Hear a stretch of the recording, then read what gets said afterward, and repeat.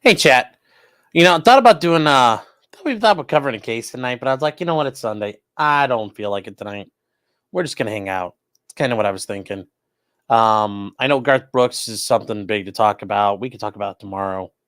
Just kind of, it'll be there. It will be there. Um, might cover that instead of going locals tomorrow. I don't know. I don't know. So that'll be the plan. Anyways, welcome. And hope you guys are doing well. It's Sunday, so we're gonna hang out. Yeah, work is gay. Sometimes it is. Sometimes it's in time for the Sunday scaries as well. All right, guys. So we are gonna get going here. I'm gonna switch over cameras real quick. And AOL Instant Messenger. Oh my God! Blast from the past. I remember those. God, that was takes me back. Takes me back. Let's see. We still got the same audio. Good. All right. Okay, so when we left off chat, we now have the full counting completed. Fallen Preacher says, "Could we watch on the model channel to boost your metrics?" Sure, I would not hate that at all. Wherever you want to watch it, though, is fine. I have no qualms wherever you guys want to go. The fact you're here is something I truly appreciate, regardless. So, thank you for being here. You're better than ICQ. Of course you are. Of course you are. Always better than ICQ. Okay, so if you guys remember from last night, we got this far on the actual plane. Now we're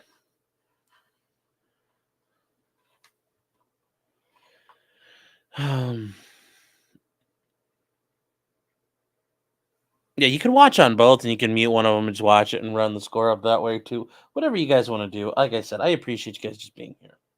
All right, so we need to this back thing here. That's an antenna, and I'm just gonna paint that silver because why not? It needs to be silvery,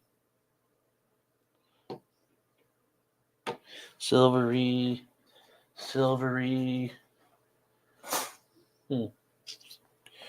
Although it says it's white in the thing, so.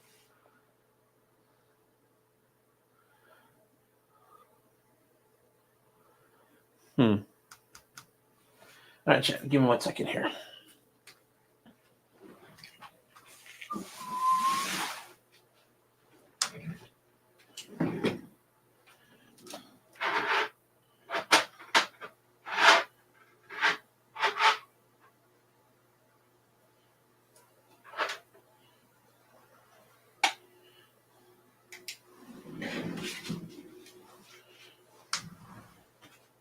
All right.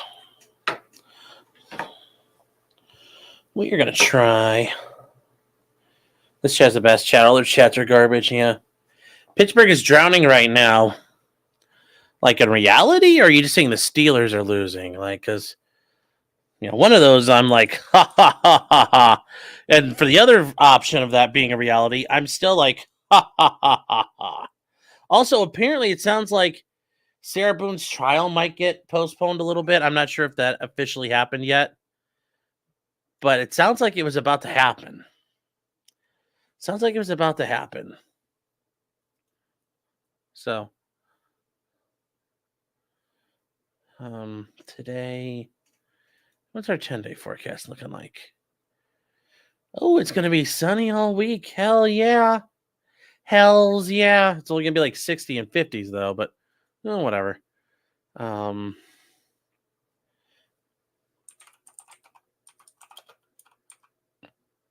Let's see the hurricane maps, though. Hurricane Milton. That's an interesting name. So by Wednesday, it's going to hit Florida. Ooh, jeez. That's not good. It's going to fucking it's going to body Florida. That might be a category 4 at that point, too. Jeez. Oh, no. Hurricane be damned, Boone must be tried. Yes. That's going to be the fun part. That will be the fun part. Judge Judge Cranick will be like, no, Miss Boone, I promised you a trial. Your Honor, people are drowning. Miss Boone, you shall have your trial.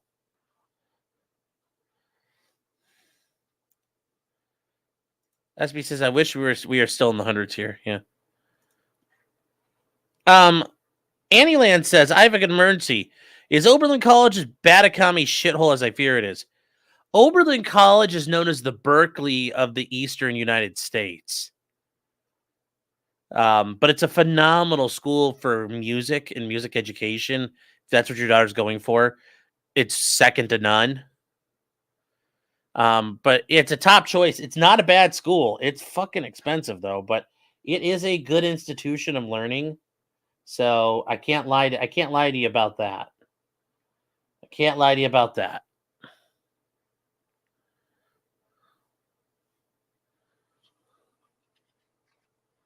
So yeah, sorry, I'm not gonna lie. Oberlin is pretty good overall. First school to allow women. First school to openly accept the liberal arts and music, and I know it's good. Yeah, no, it's full of commies. It's a big school on the left, on the East Coast. It's very much like if you go to the, like if you drive through where the student housing is off campus, and there's all kinds of student houses, you will see license plates from out of state, and they're all up and down the East Coast. So yes, it's a very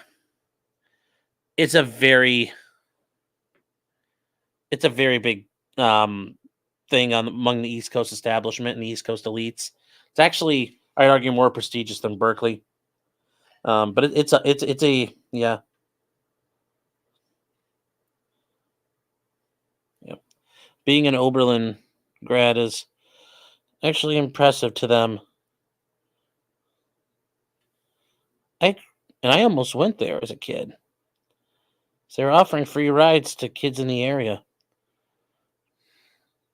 if you had a high enough GPA, and I was like, I don't know about these guys being kind of cocksuckers. So I did not take them up on the offer. Hindsight, maybe I should have, because I realized how good the education is there, and like their history program would have opened up a lot of doors. I could have avoided all the gay commie stuff by not being a gay commie. It's interesting though. You prefer U of M? I almost got into U of M, but U of M's point stuff fucked me over. So didn't have enough points, which kind of sucked.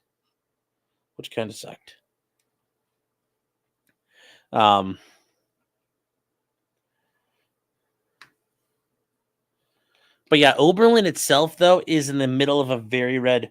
The county that Oberlin's in, it's in the middle of God's country, basically. So yeah, Oberlin's a commie hotbed, but everything around it is, pretty red. So it's like a blip out there in the ocean. Wasn't the RNC there? Yeah, in 2016 it was in Cleveland. So, but yeah, it's not a bad spot. Oberlin's a pretty cool town.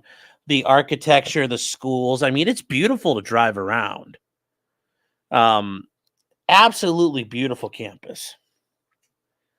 And Oberlin College, along with where I grew up, was one of the major causes of the Civil War beginning.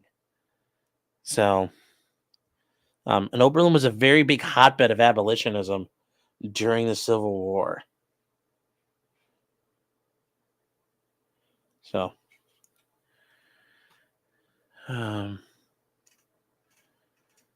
so somebody was saying, what was it you guys talking about, the point system, James Reed? I don't. I remember going over it in my class I took in undergrad. So our professor had access to the because after the Supreme Court case happened, he got we were talking about it, and he showed us the point totals, and as we did it, I did all the math that had I been a girl or one of my parents had actually gone to the University of Michigan, I would have been granted admission. But because none of that happened, I could not get in. I didn't have enough points, which sucked a fucking shitload, by the way.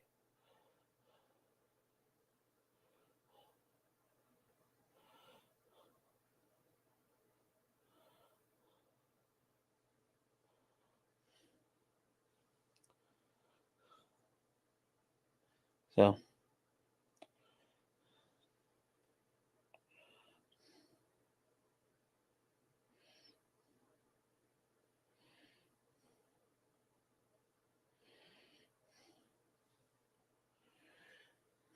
so I turned out all right.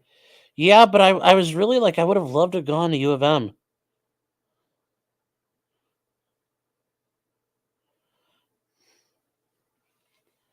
I really wanted to go there. I thought it'd be a fun time.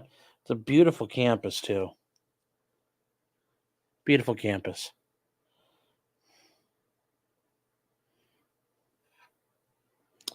So the people I know who went to yeah, a lot of people say that they'd never be able to get back into Michigan today, based on their standards today.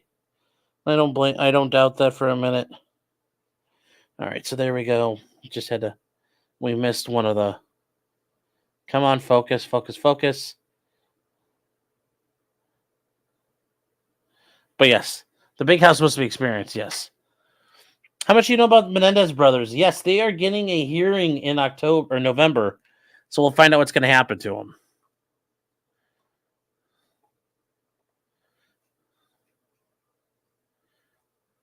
Would you have one more cases going there or have more viewers on the streams? Doubt it. You did good.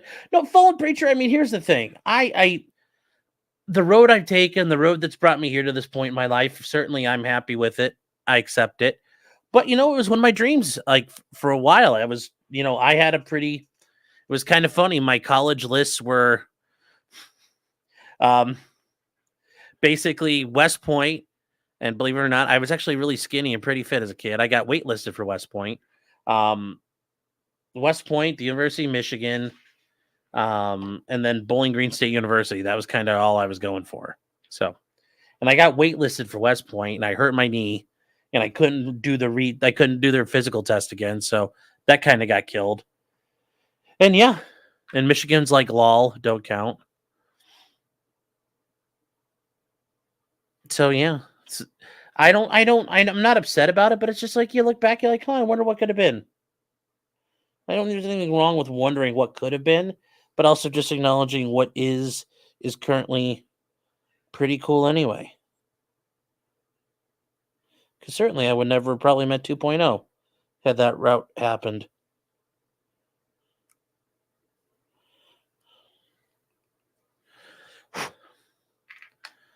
Wait. Waitlisted. Joe Strickland said not VMI. I thought about VMI, and I was kind of not gonna lie. My dad went to VMI, and I was kind of like intimidated to going there. I was kind of intimidated. So I was like, I felt like I couldn't handle doing the rat line and all that. That just seemed like I kind of bitched out. I probably could have done VMI. It would have been fun.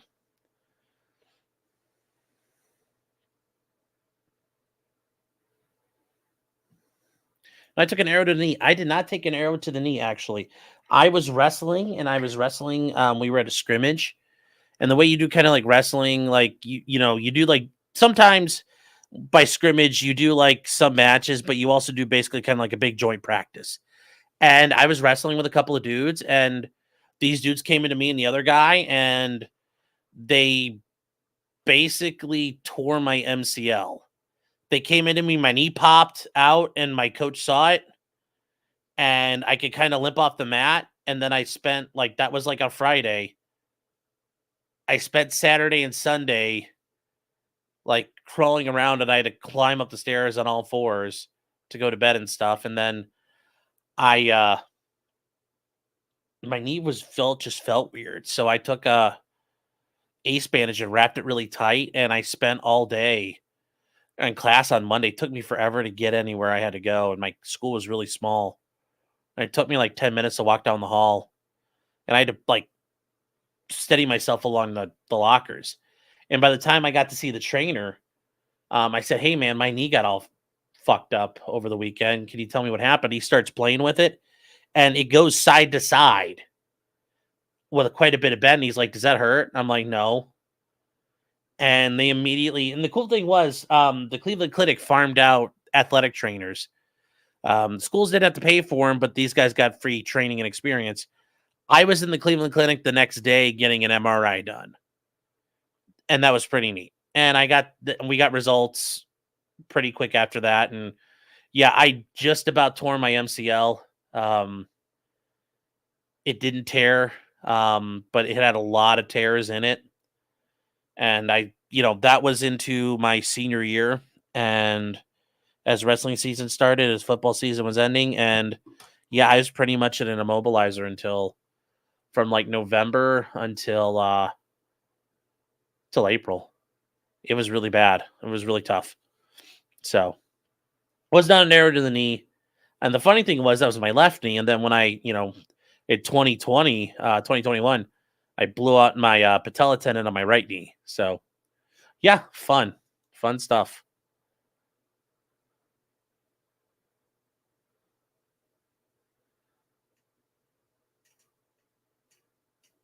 Is this at a gay sauna? No.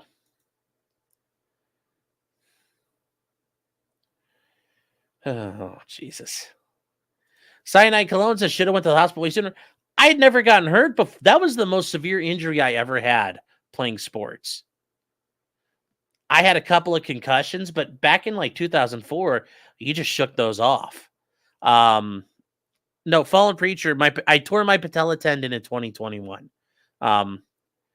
The worst thing I really ever did as a kid was this. You see how here's this hand. Here's my right hand. Here's my left hand. I can't, those fingers don't go together. Okay? I could see through it. And that's because this finger, it's probably not noticeable on camera, but it's broken in about 15 places all up and down this. And it really fucking hurts a lot nowadays. Like 20 years later, like I get a little bit of, like, I feel like I'm getting arthritis in that finger. That's probably the worst injury I've ever had.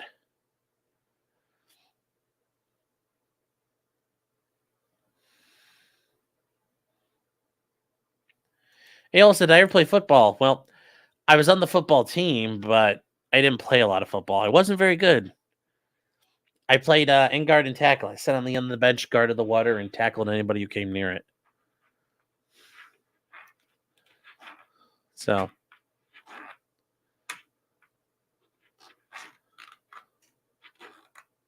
nice script for from yesterday's stream. Yeah.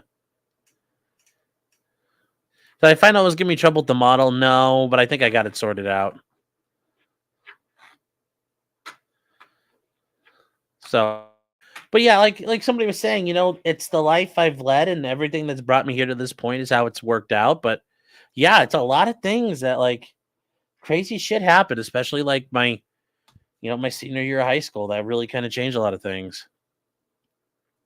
But yeah, I had this and we were at practice and I reached out and grabbed the quarterback at practice and he kind of like spun out and like you weren't supposed to grab, like you just like get a hand on him and kind of like you caught him. He rolled out and my hand got caught under the floppy part of his shoulder pad and it just crunched. And I got done and my finger just swelled up. And I'm just like, I just thought I like popped it out or something or jammed it real bad. So I'm just ignoring it and it just hurts for a day or two. You just fucking ignore it. And then I like 2 weeks later, I'm sitting there playing video games and all of a sudden like my finger popped and it hurt really bad. And I looked and it was all crooked and shit. And I go down, I'm like, hey, Dad, does that look fucked up to you? And he's like, what the hell happened? And I'm like, oh, a couple weeks ago.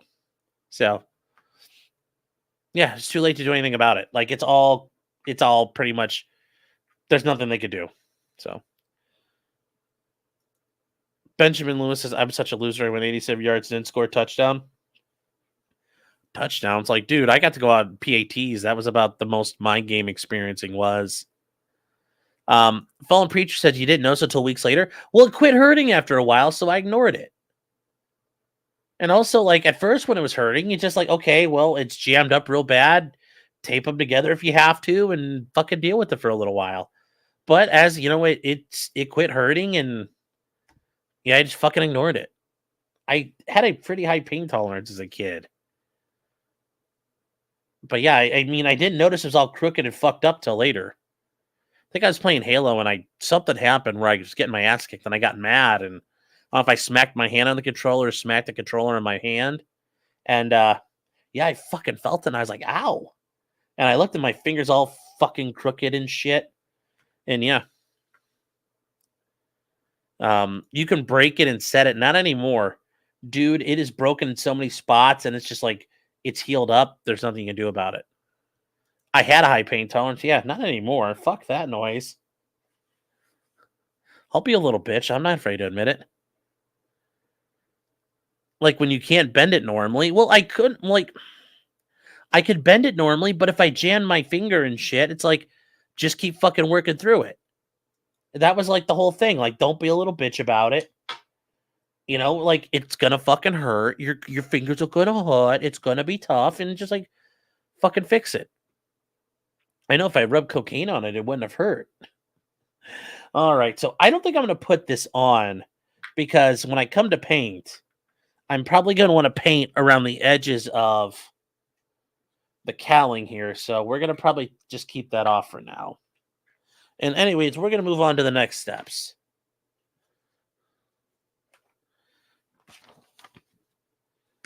So, but I mean, that's a big thing. I learned as a kid, like, you know, you had to learn, you can't be a little bitch about stuff. So I didn't want to be like, oh my God, my finger's hot. Woo. Like, okay. Well, they do fucking crybaby. Like, fucking, you'll survive. All right, we're going to skip the bomb part for now. We're going to work on the flaps. Okay.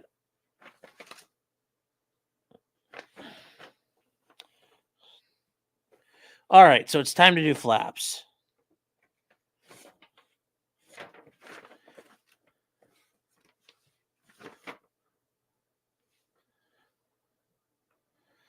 You had a hangnail once. Wrestling mats are disgusting. Yeah, dude, you can catch all kinds of shit in wrestling. E13 and F23.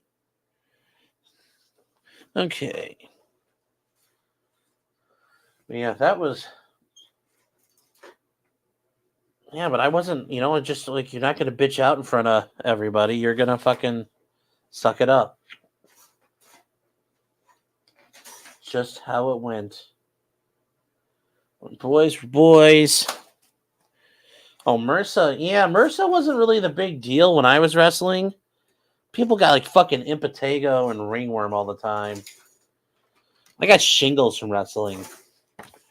We went up into like went up to one of the hood schools for a wrestling like practice, like a joint practice. I ended up getting fucking shingles out of it. It's fucking nasty. Our coach made us clean the mats. Yeah, we had to clean the mats before and after practice. You had to fucking mop them down with the disinfectant. Oh yeah. Oh yeah, we fucking did it all the time, but we went to a fucking hood school and fucking nasty shit, dude. Ringworm is a fungus. Yes, it is. Ringworm, the little shit worms. No, you're thinking of tapeworms. Ringworm's not in shit. Helping House of Scabies is a motherfucker. Yeah. Stardust Crusader, you can't catch shingles from somebody. Well, I didn't. Something happened where I caught shingles at some point in my junior year. I had them and it was fucking nasty on my shoulder and it hurt really bad. And if it's all leaking all that shit out, it is contagious from what I understand. So,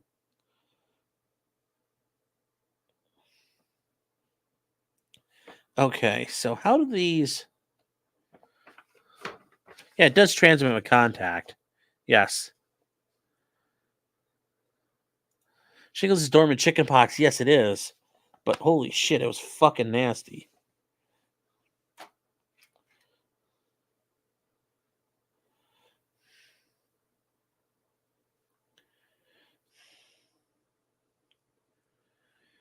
Oh.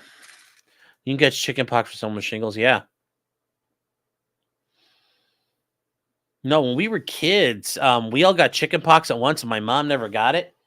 So my mom almost had to go to the fucking hospital because she got chicken pox and she never had it before. And as an adult, and like it didn't kill her, but she was in really bad fucking shape. Like the doctors almost told her to go to the hospital. Shingles can be deadly if you're old, yes. My immune system must have been compromised, I guess, but I mean, other than yeah. I do not have sickle cell. No, I don't have that sickle cell. You guys sound like Bernie Mac. Got that sickle cell. All right, here. So I need to figure out. I forgot how these dive breaks go on because, and real quick, if you guys don't know what dive breaks are, they're these. Airplanes have flaps on the wings right here and here. These are dive flaps and dive brakes. And they're meant for you to go down and fly if your airplane's diving. They slow you down so you don't go out of control, and they also give you a little more maneuverability. So,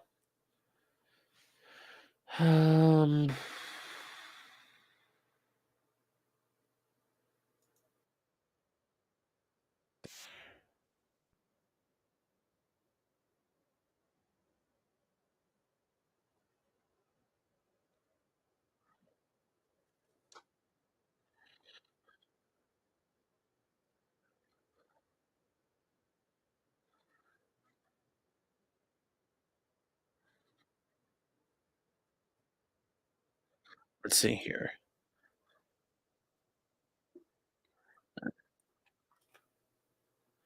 All right.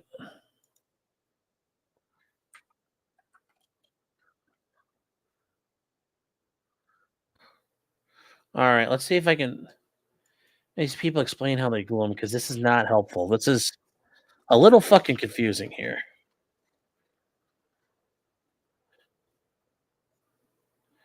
Let's see if we can get to the dive flap part.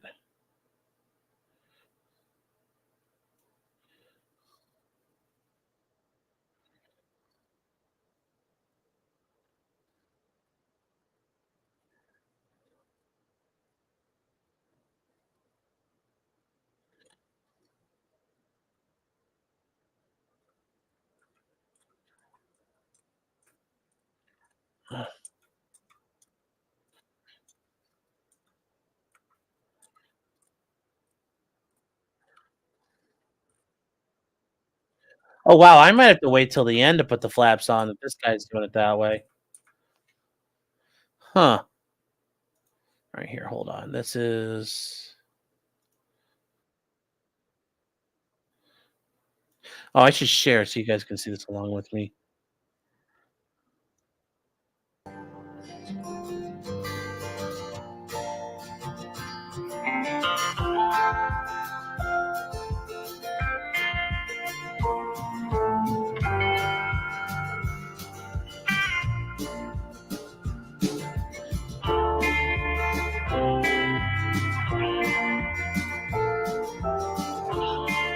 Actually, hold on here. How does he do the engine compartment?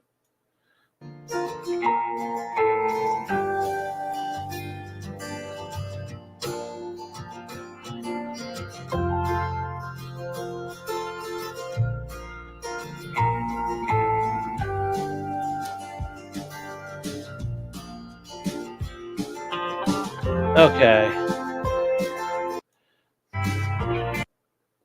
All right. So how does he do the flaps? Okay.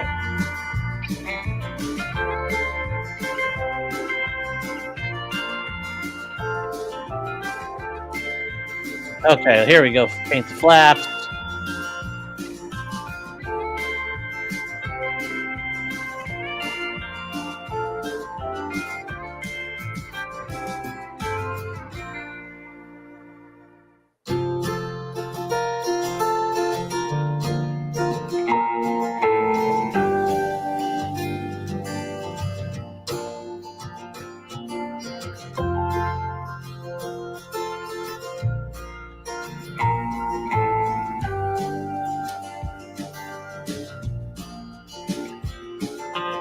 Okay, so they're red on both sides.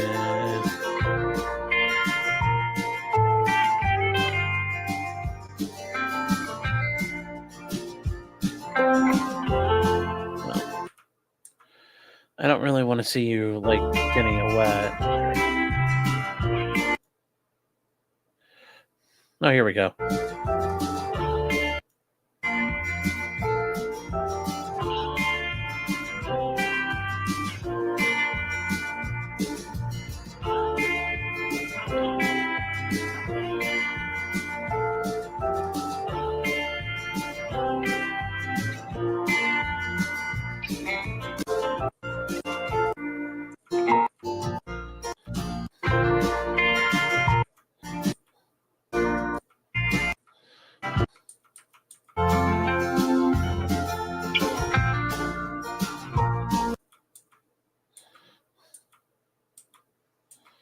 Okay, I just want to see how you install the flaps.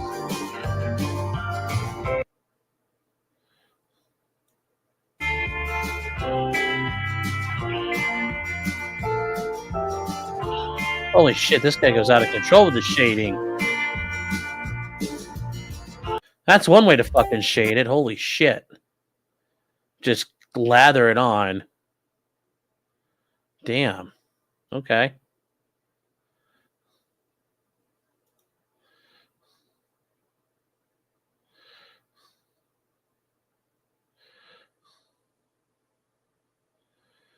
God damn, that's a lot of fucking work.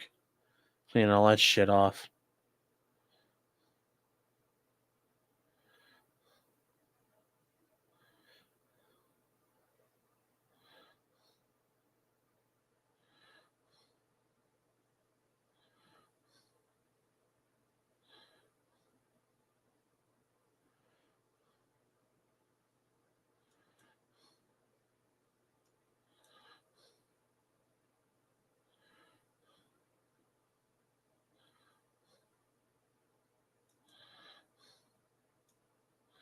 All right, I don't care about... Show me the flaps, please. Okay, how do you do the flaps here, man?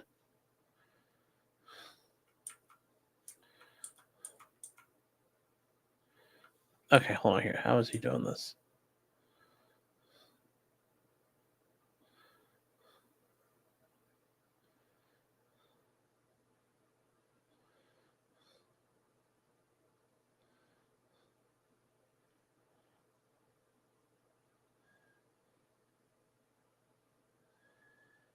Okay, so we're attaching him in that position.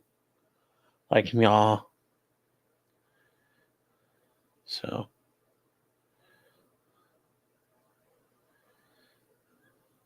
Now, what I was thinking, Chad, is I will do flaps open, but I will do gear up. What do you think?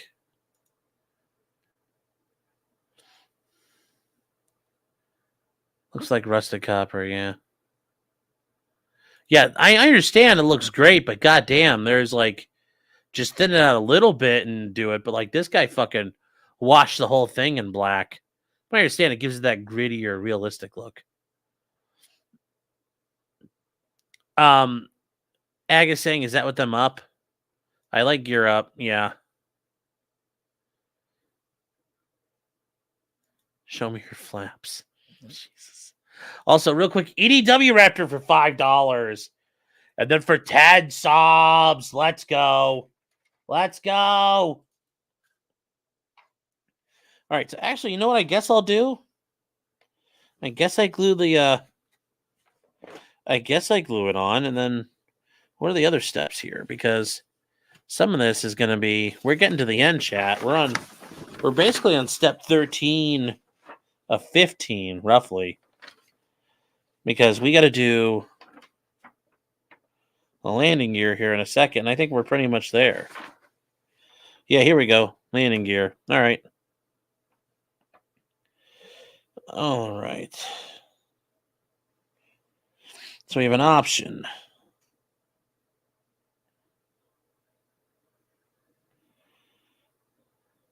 So it's a lot. What's all?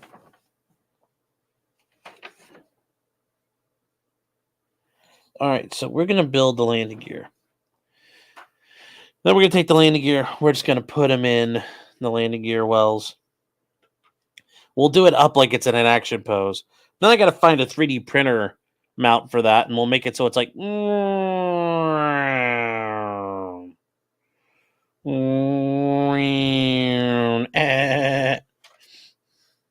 So let's see what we got here. Let's see what we got. Well, gear depends how you're going to display it. We're displaying it then. What happened to the model channel? It should be up right now.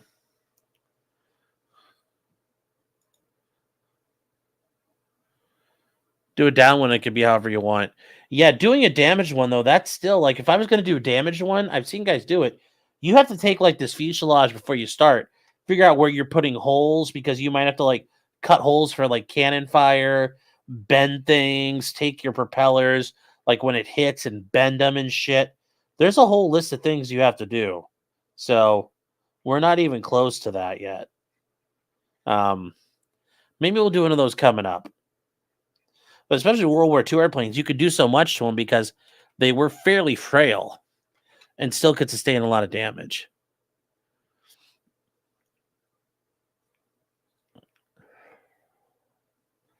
All right, so guys, when this falls apart, and this looks like shit later on, I probably will light it on fire. But for now, we're going to keep trying to work on it. All right. Okay, so here's some landing gear wheels. And hubcaps. And then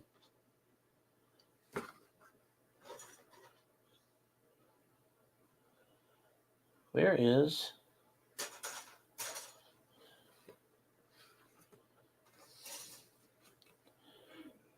E and F?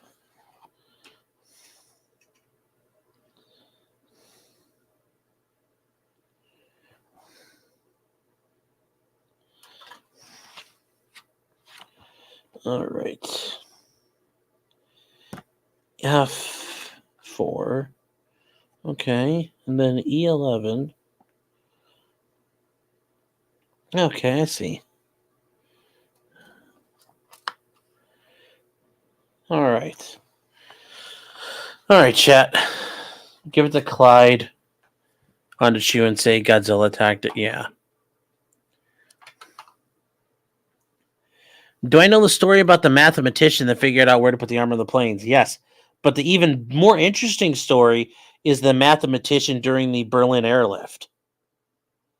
The guy basically that's the inspiration for Good Will Hunting was a logistician for the U.S. Army Air Force, and he figured out how to do it. He figured out how to do the like what they needed to keep the airplanes in Berlin running and how to do it. It's actually a pretty cool story. It's also surprising how many basically the U.S. military, they had agreements with all the major air carriers. They had to press gang in all the different cargo planes. Basically, all the airliners were press ganged into being cargo planes. Yeah. Yeah, the guy who figured out, yeah, it's like, well, no, the airplanes that are coming home, you know, those are the ones you need to look at. The ones that are, you know, where the holes are the non-important areas. It's where there's no holes that are the important areas. Because obviously those airplanes aren't coming back. I forget what it's called, but yeah, there's a whole like statistical analysis thing for that. Stardust Crusaders getting ready for the hurricane. Yeah, you guys better be careful down there. It's gonna bukkak very hard on you guys from what it sounds like. Was there any civilian transport industry pre-World War II? I mean, like Pan Am was running around. Technically before the war, Lufthansa existed. But no, civilian air traffic really didn't take off till post-World War II. But yes, there were like I said, there were companies you could fly around, but it was a very exclusively rich thing.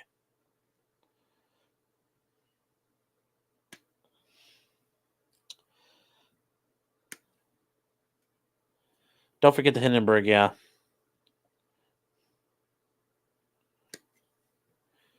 So, you guys are saying, is this one going to hit Florida again? Yeah, Babs.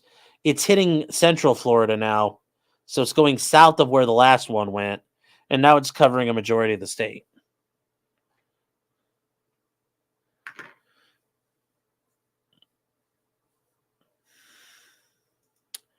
J-Rock, you're saying cruise lines, even then, pre-World War II, travel was generally a luxury of the wealthy or people fleeing for their lives. You know, there's a reason why you got on a cruise line if you're poor. It's because someone's trying to kill you. You're 5-0 Mouskowitz. Now, Kimbo, no, I have not seen that. If you want to send it to me, I'll take a look at it. Like, does he give a press conference? Because that would be hilarious. Yeah, the Plaxis company where everybody died. It's like Jesus, man. You guys didn't do a good job on that one. It's like, ugh.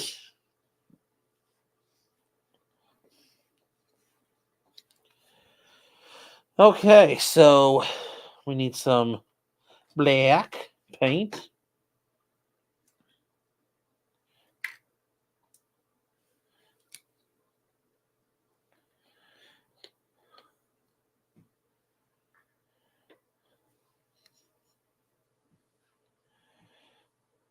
He made a pre-recorded video. I was reading from a piece of paper. Well, still, I'd like to watch it and hear what he has to say. You know, well, those employees now who died, they will be fired for no call, no shows.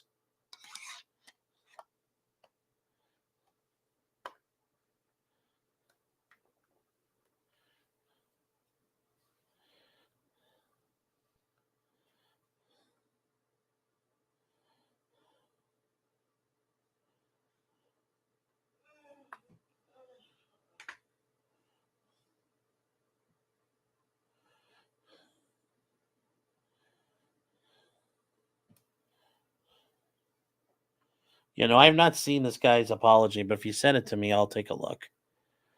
I finally won a Kino Casino membership. Are they on tonight? Are they doing like 31 days of Kinoeen? I mean, if they're on, we can listen to them. Yeah. Let's see, what are they talking about tonight? Oh, I heard Joker 2 is really bad. It's really fucking creepy and retarded. Like, Joker gets raped to death or something, and it's like, what the fuck? You're like, what? So apparently the director of the first one is a big fuck.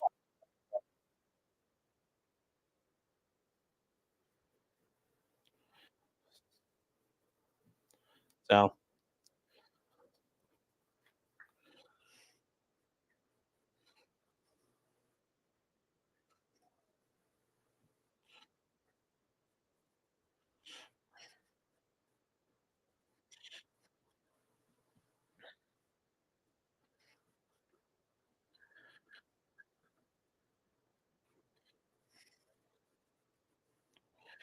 well, ice water would be a thing to use on burn. My mic cut out? No. Mm. Cyrax updates? Oof. He's still Cyrax.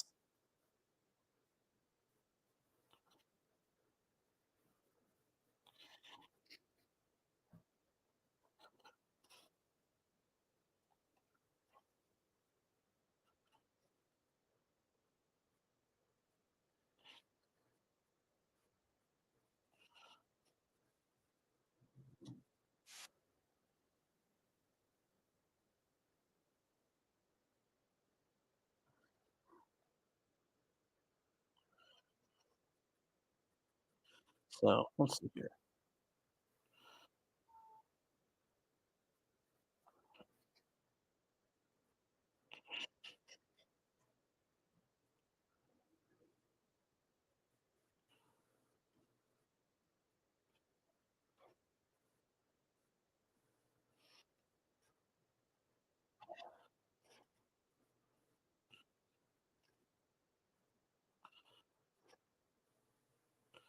There we go. All right, let's see what you guys got here. Yeah, they had to destroy the Joker. Yeah, it was ridiculous. Your mic went out apparently after the director. Oh, did you get the Gmail from me with the link here? Let me take a look. All right, Gmail, what, Gmail? Yeah, here we go.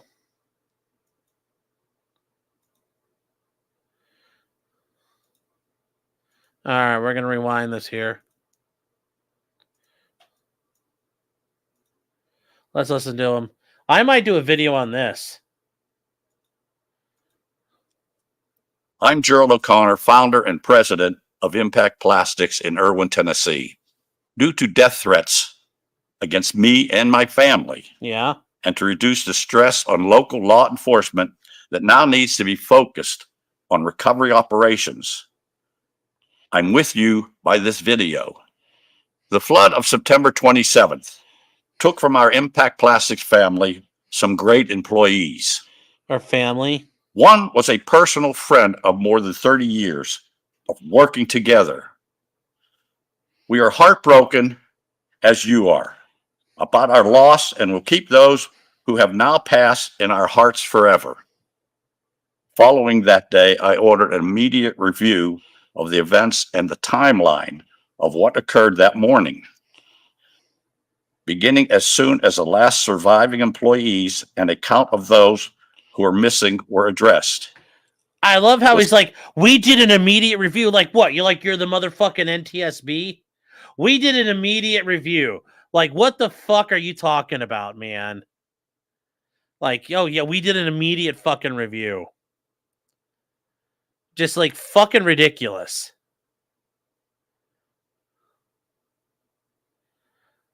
You know, like, oh, we did an immediate review of shit. Oh, yeah. Let me guess. You're going to, well, hey, you know what? If he doesn't do, we've cleared ourselves of all wrongdoing, then at least he's better than the police. Let's see where this goes. Help from the National Guard, we were able to help secure the rescue 5 of our employees by helicopter. Today, we share that preliminary report with the public. The findings are that employees were told to leave the plant at least 45 minutes before the gigantic force of the flood hit the industrial park. Bullshit. I'm calling There was bullshit. time to escape. Then employees were not told at any time that they would be fired if they left the plant. After checking to make sure everyone was out of our plant and to rescue important files, I was one of the last people to leave the plant and luckily escape. To our knowledge, no one perished while on company property. My company will cooperate fully with the inquiries from the Tennessee. Oh, isn't that funny? We had to talk about what happened, but wait, I was there too. What the fuck? What the fuck?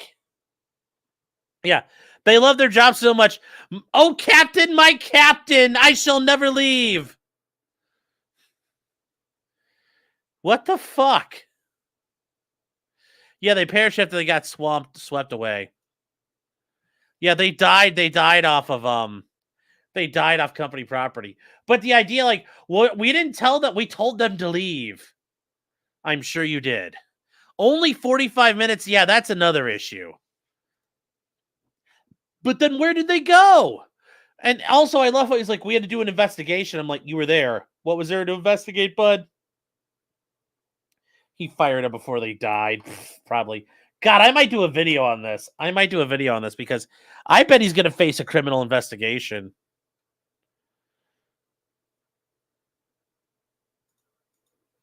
Bureau of Investigation and the Tennessee Occupation and Health Administration in days ahead. For now, our focus is on our employees. Thank you for your hard work. Well, the ones that are left.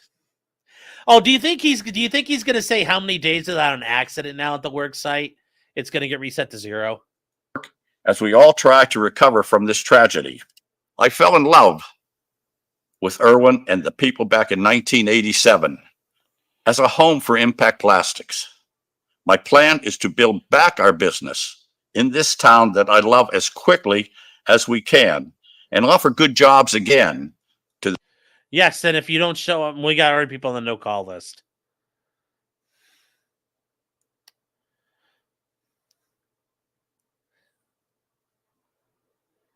Yeah, I gotta retrain 6 people. 6 new hires. Sorry, no pizza party since some of you died. Yeah.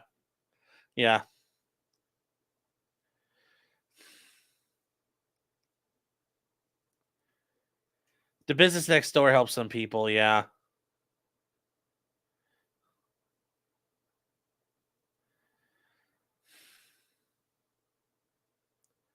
Oh, yeah, he's going to get OSHA to come up behind him. Now, like, I don't think he's necessarily, like, maybe he's telling the truth. If he's telling the truth, then he should have no criminal liability, but it's like, I don't know, man. I got a lot of questions that have not been answered. I got a lot of questions that have not been answered. How big is the company? I don't think super big. I don't think it's a super big company. So Robert says properly shutting down the plant could take time and mess it up. I'm not saying that's not an issue, but I'm just saying, like, this idea they may have forced people to stay or threatened them. Like I said, when I worked at FedEx, like, we're like, hey guys, we can hear the tornado alarms outside. And like, they didn't tell people inside working that there was a tornado. So yeah, Abel, I saw this. Yes. Was there a band playing, a string quartet playing as the ship was going down? Nearer, my God, to thee, as it started sinking. Yeah. Did you sue though? Well, I think there's going to be. Oh yeah, Kimball. Yeah. And from what I understand, this is the story that's going out there. By the time he told him to leave, the front door couldn't open, and a bunch of them were kind of stuck, and the 6 people who died were a couple of migrants who had hopped into a truck. But yeah, it's still something's fucked. Something's fucky wucky there. Something is fucky wucky.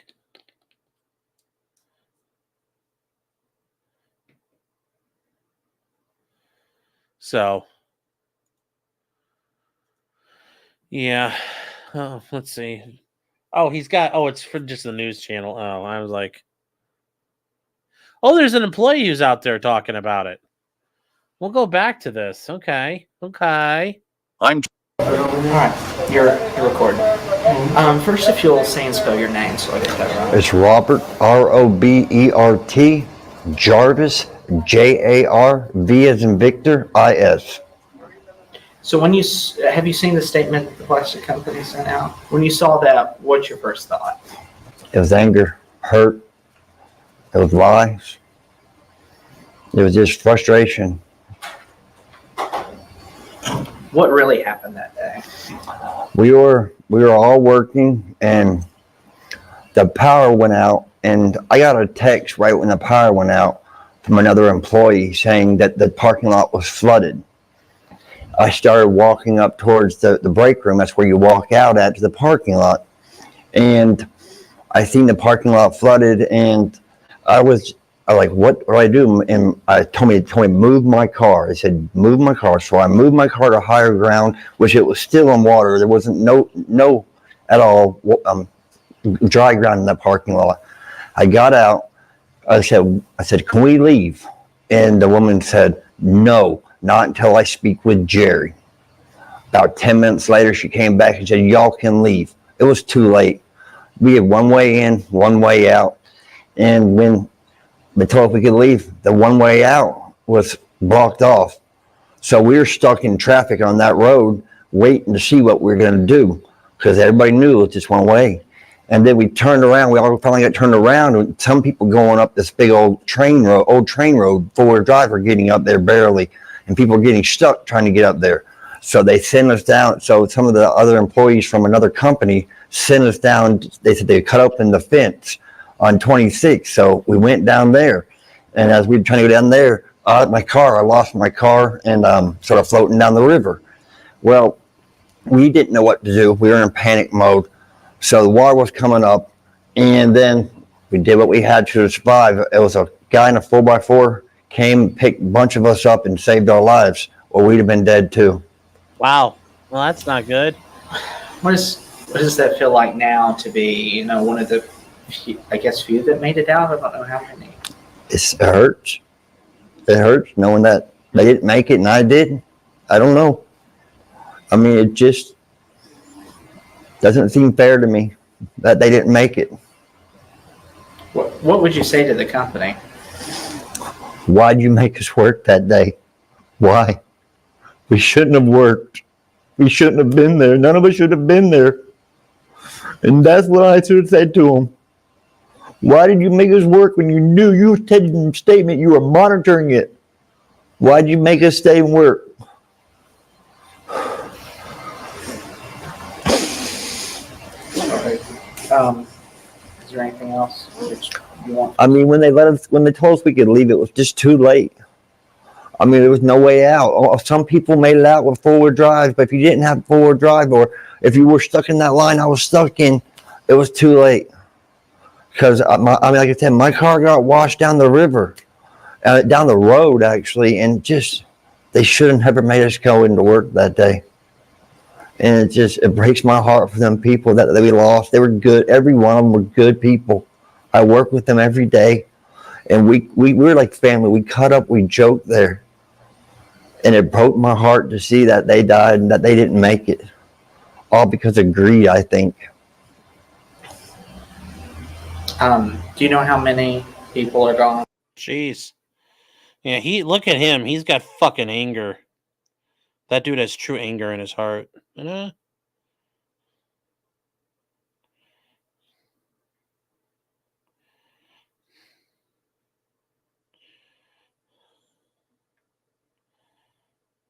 guys, I don't think the lady's gonna be in trouble because she's probably like a supervisor or something.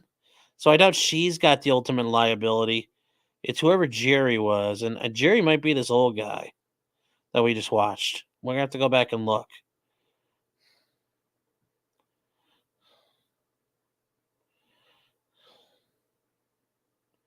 So hold on here. We're gonna take a look. All right, who's Jerry? Actually, here we go. I'm Gerald O'Connor, founder and president. So yeah, it's Jerry. This Impact. is Jerry. This is Jerry. This is that guy. Stacey says, honestly, 10 minutes probably didn't make a difference. Yeah, but you know what? You don't really get to, well, it might have made a difference. It might not. But you don't get to fucking make people stay there till the end and then say, well, it's your fault. Yes. Why don't you just die, Medicare? How much did they notice of the storm coming? I mean, to be fair, that area, this is a 1,000-year flood that came through. This is like 100-year, 1,000-year flood. I mean, this is going to redraw the map. Towns won't exist. Roads won't exist where they used to be. I mean, think about how big of a disaster it is that it terraforms your world. I mean, it's a big event. So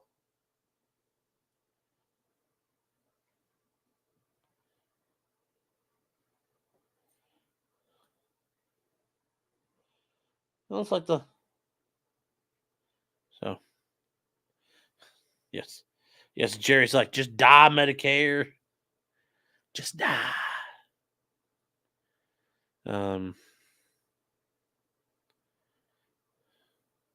MMI says, hopefully that lawyer's good malpractice insurance. Why? There's nothing this guy can really do to make his company not look like shit. So, he's consulted with an attorney. That's all you can do. Yes, it's Gerald, not Jerry. So, therefore, there's lies, and this is a Frank's hearing. So, you have a Frank's hearing in the middle of your defamation case. Therefore, it's dismissed. Because you can't have the fun police telling you what to do. Brian says, heavy rains and mountains always cause major flooding. Yeah, but dude, not to this level. That's the thing I don't think people are getting. This is absolutely fucking insane, the level of rain and what it did to that area. It's entirely outside of what you could prepare for. So I don't, at some level, we didn't know, I think actually is a valid excuse at some point. We weren't prepared.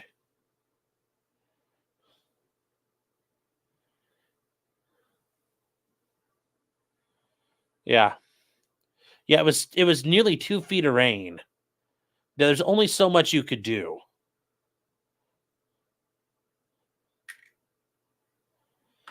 That like I said, you can call me a sweeper or whatever the fuck you want to call me, but I'm just saying there's only so much you could have done in this situation. The problem about being not prepared is there were 2 to 3 days of lead time. Okay, yeah, fuzzy creature. But here's the problem, though. I bet a lot of people were prepared. You have preparation. Your house gets fucking annihilated. Well, sure, you might all the preps in the world, and your house fucking gets demolished in a mudslide. What do the preps mean at that point? Yeah, like I'm just saying. I guarantee a lot of people have preparation. A lot of people in the area are self-sufficient.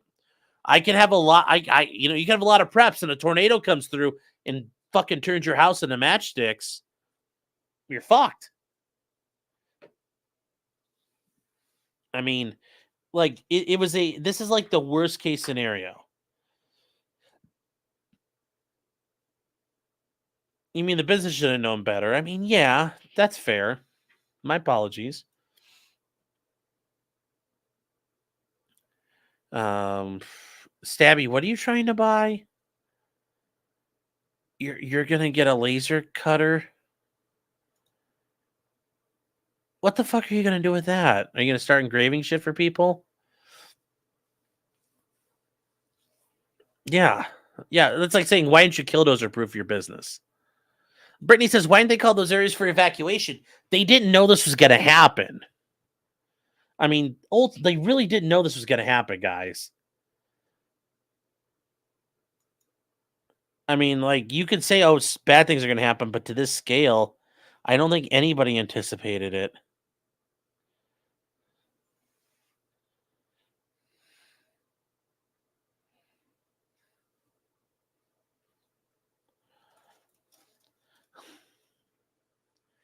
Oh, yeah, it's my fault you bought the fucking... It's my fault you bought that, huh? It's my fault. Okay. Okay. It's my fault. The fat man made me buy it. Yeah.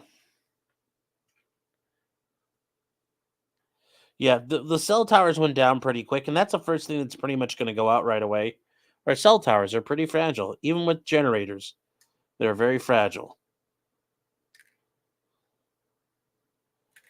All the technology and we can't read a weather map? Well,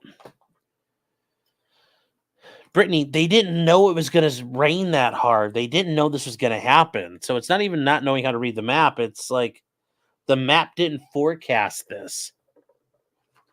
So that's the problem. The map was never properly forecasting things. I mean, that was the issue.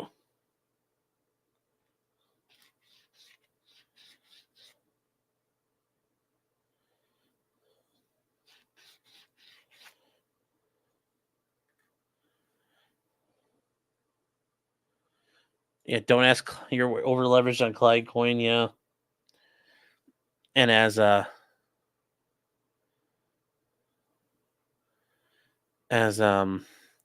Keopathic, I bullied him into buying a saw. Yes, I bullied you into buying a non-automatic belt-fed weapon.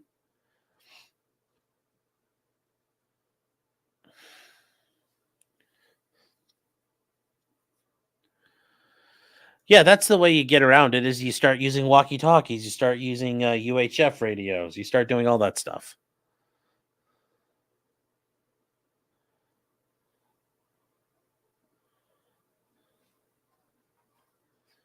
So, no, I agree. They shouldn't have been charged or threatened to walk off the job. I mean, at some point, you got to fucking leave, man. You got to fucking leave.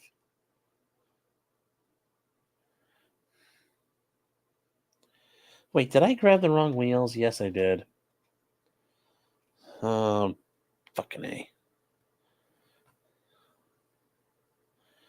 MTG says they have a weather machine. I mean, like, well, yeah, there's like harp and stuff. But like where she's like, oh, it's like, like it's an actual Halliburton weather machine. No. But yeah, they do have harp, but she sounds like a blithering idiot all the time. So it's hard to take her seriously.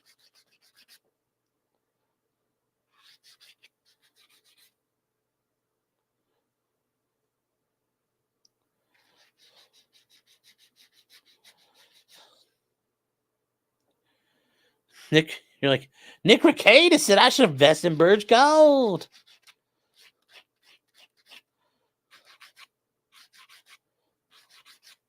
Where are those guys now?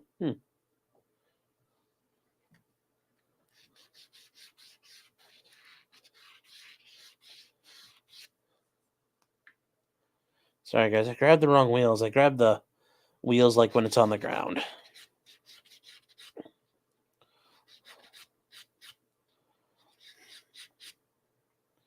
You want a space laser? So do I.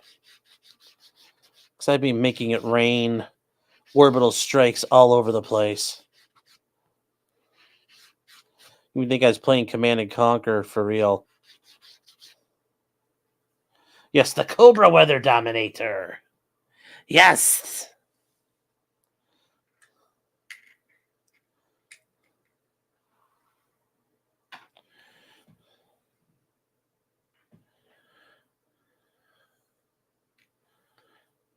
I haven't. I gave Sean. Yes, you did give me an orbital laser pin. Yes, it's on my engineer hat. Do I watch the Reno air races? Yeah, a little bit, but I also like those guys. What they do to those airplanes? Like there was a guy there a couple of years ago that crashed into the crowd. Basically, turned his P-51 into a hot rod.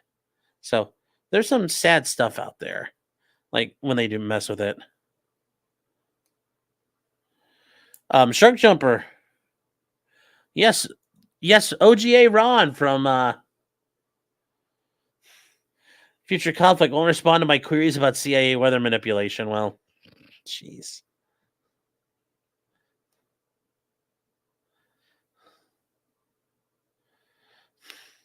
Gary, you're gonna buy a plasma cutter? Good.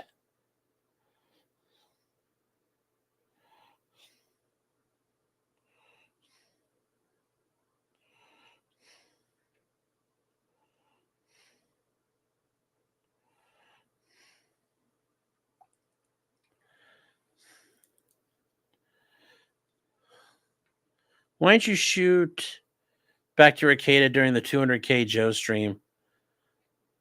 Why didn't I shoot back? What do you mean, why didn't I shoot back? Like, why didn't I clap back at him? I thought I did a couple of times, but I mean, at the end of the day, it wasn't my stream, so I didn't want to shit it up.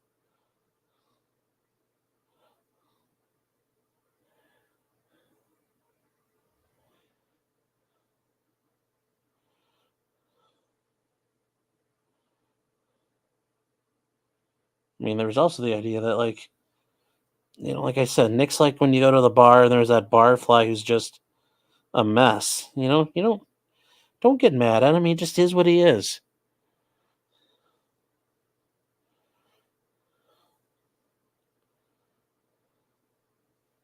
So that's one of the options there in life.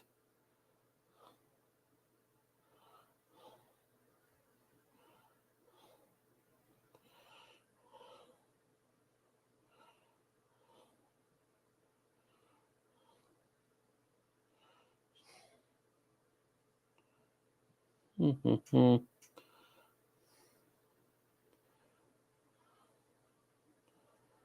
Why was I respectful in someone's stream? Because I try to be nice. I try to be nice.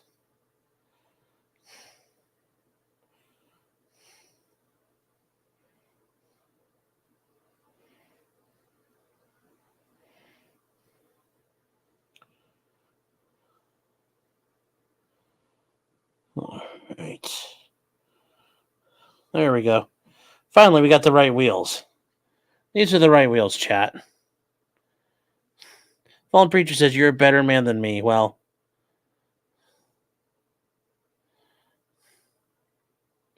yeah. Well, you know, I think a lot of people, I guess I'll say this. Everybody thinks they're going to do that, but then you realize, like, wait, I'm going to, you know, you're gonna like, I don't want to do that. I mean, like, you know, you see Nick on there and it's just like, you feel bad for him. I mean, like, I feel bad for him at the end of the day. So it's like, why would I? It's more pity than disdain at this point. So, no, I don't really feel like, oh, we need like rawr, or anything like that. Oh, Maddie, you sent something else here. Yes, I did see the New Zealand ship captain. New Zealand lost part of their fucking naval forces because their brave captain, their brave Waming captain, fucking ran it aground and capsized it in a very place that makes no sense. So, yes, the New Zealand Navy lost part of their in one accident, a massive force reduction.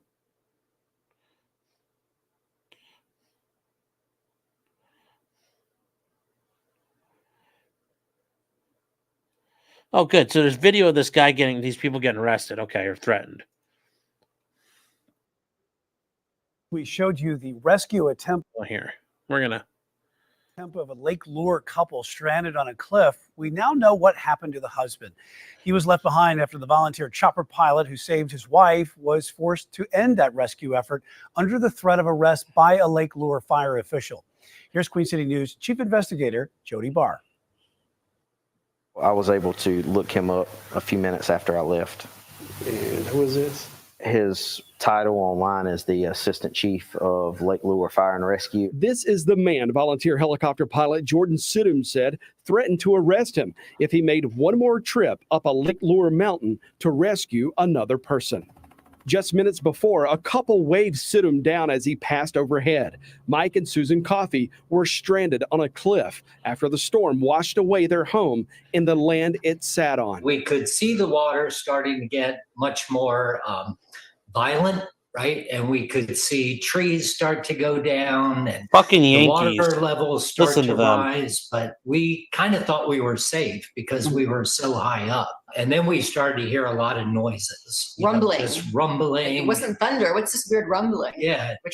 Trees falling, right. Rocks, so it got a little bit frightening at that point. We actually sat there and then we watched our house go. The cliff just dropped. That whole side of the road, the cliff just dropped off, right? All of the trees and the dirt and everything else just started collapsing. For the next 2.5 days, the couple slept in their car, surviving on 2 bottles of water and 2 bags of chips. Friday night, I mean, we had the water, we had potato chips, we're also dehydrating. That was a great pick, But so by the next morning, we were starting to get worried again of what we would have to be able to drink.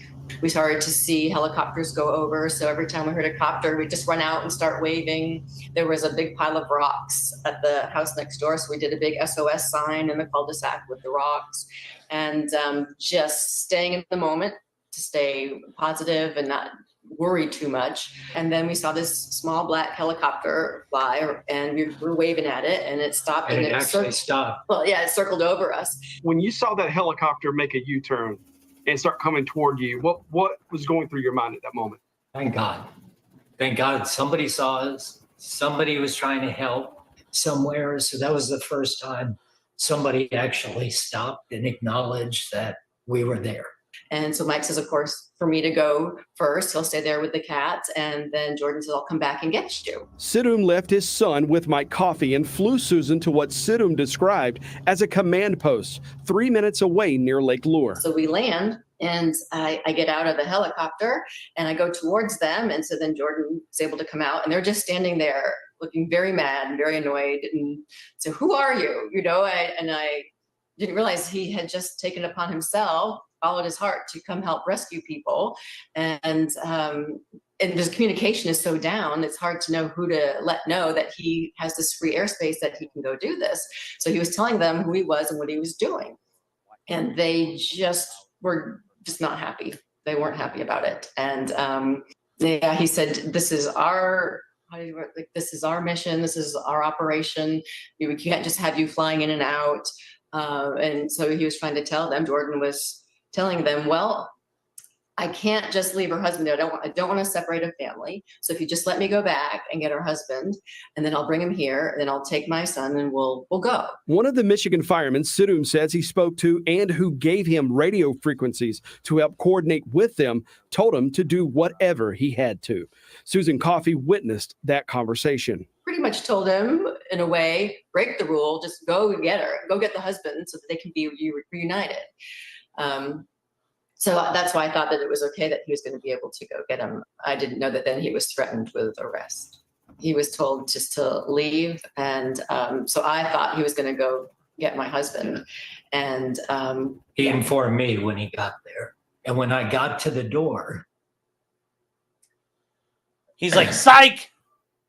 He said, I am so sorry, but I'm told if I bring you back that I'm going to be arrested and I can't take you back with me. And in fact, I was told I couldn't come get my co-pilot, my son. I just told him I'm not going to leave my son here. He said, I am so sorry. I don't know what to tell you, but I need to take my son and we're going to leave.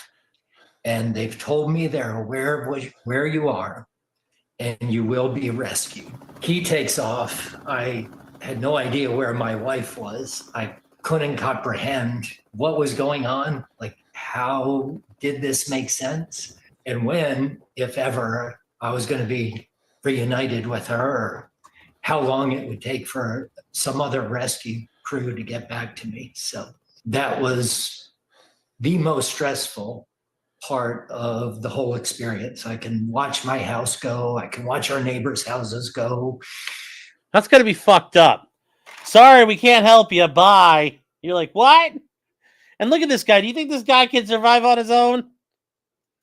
We were together, right? And think you can put together a charcoal and sand filter?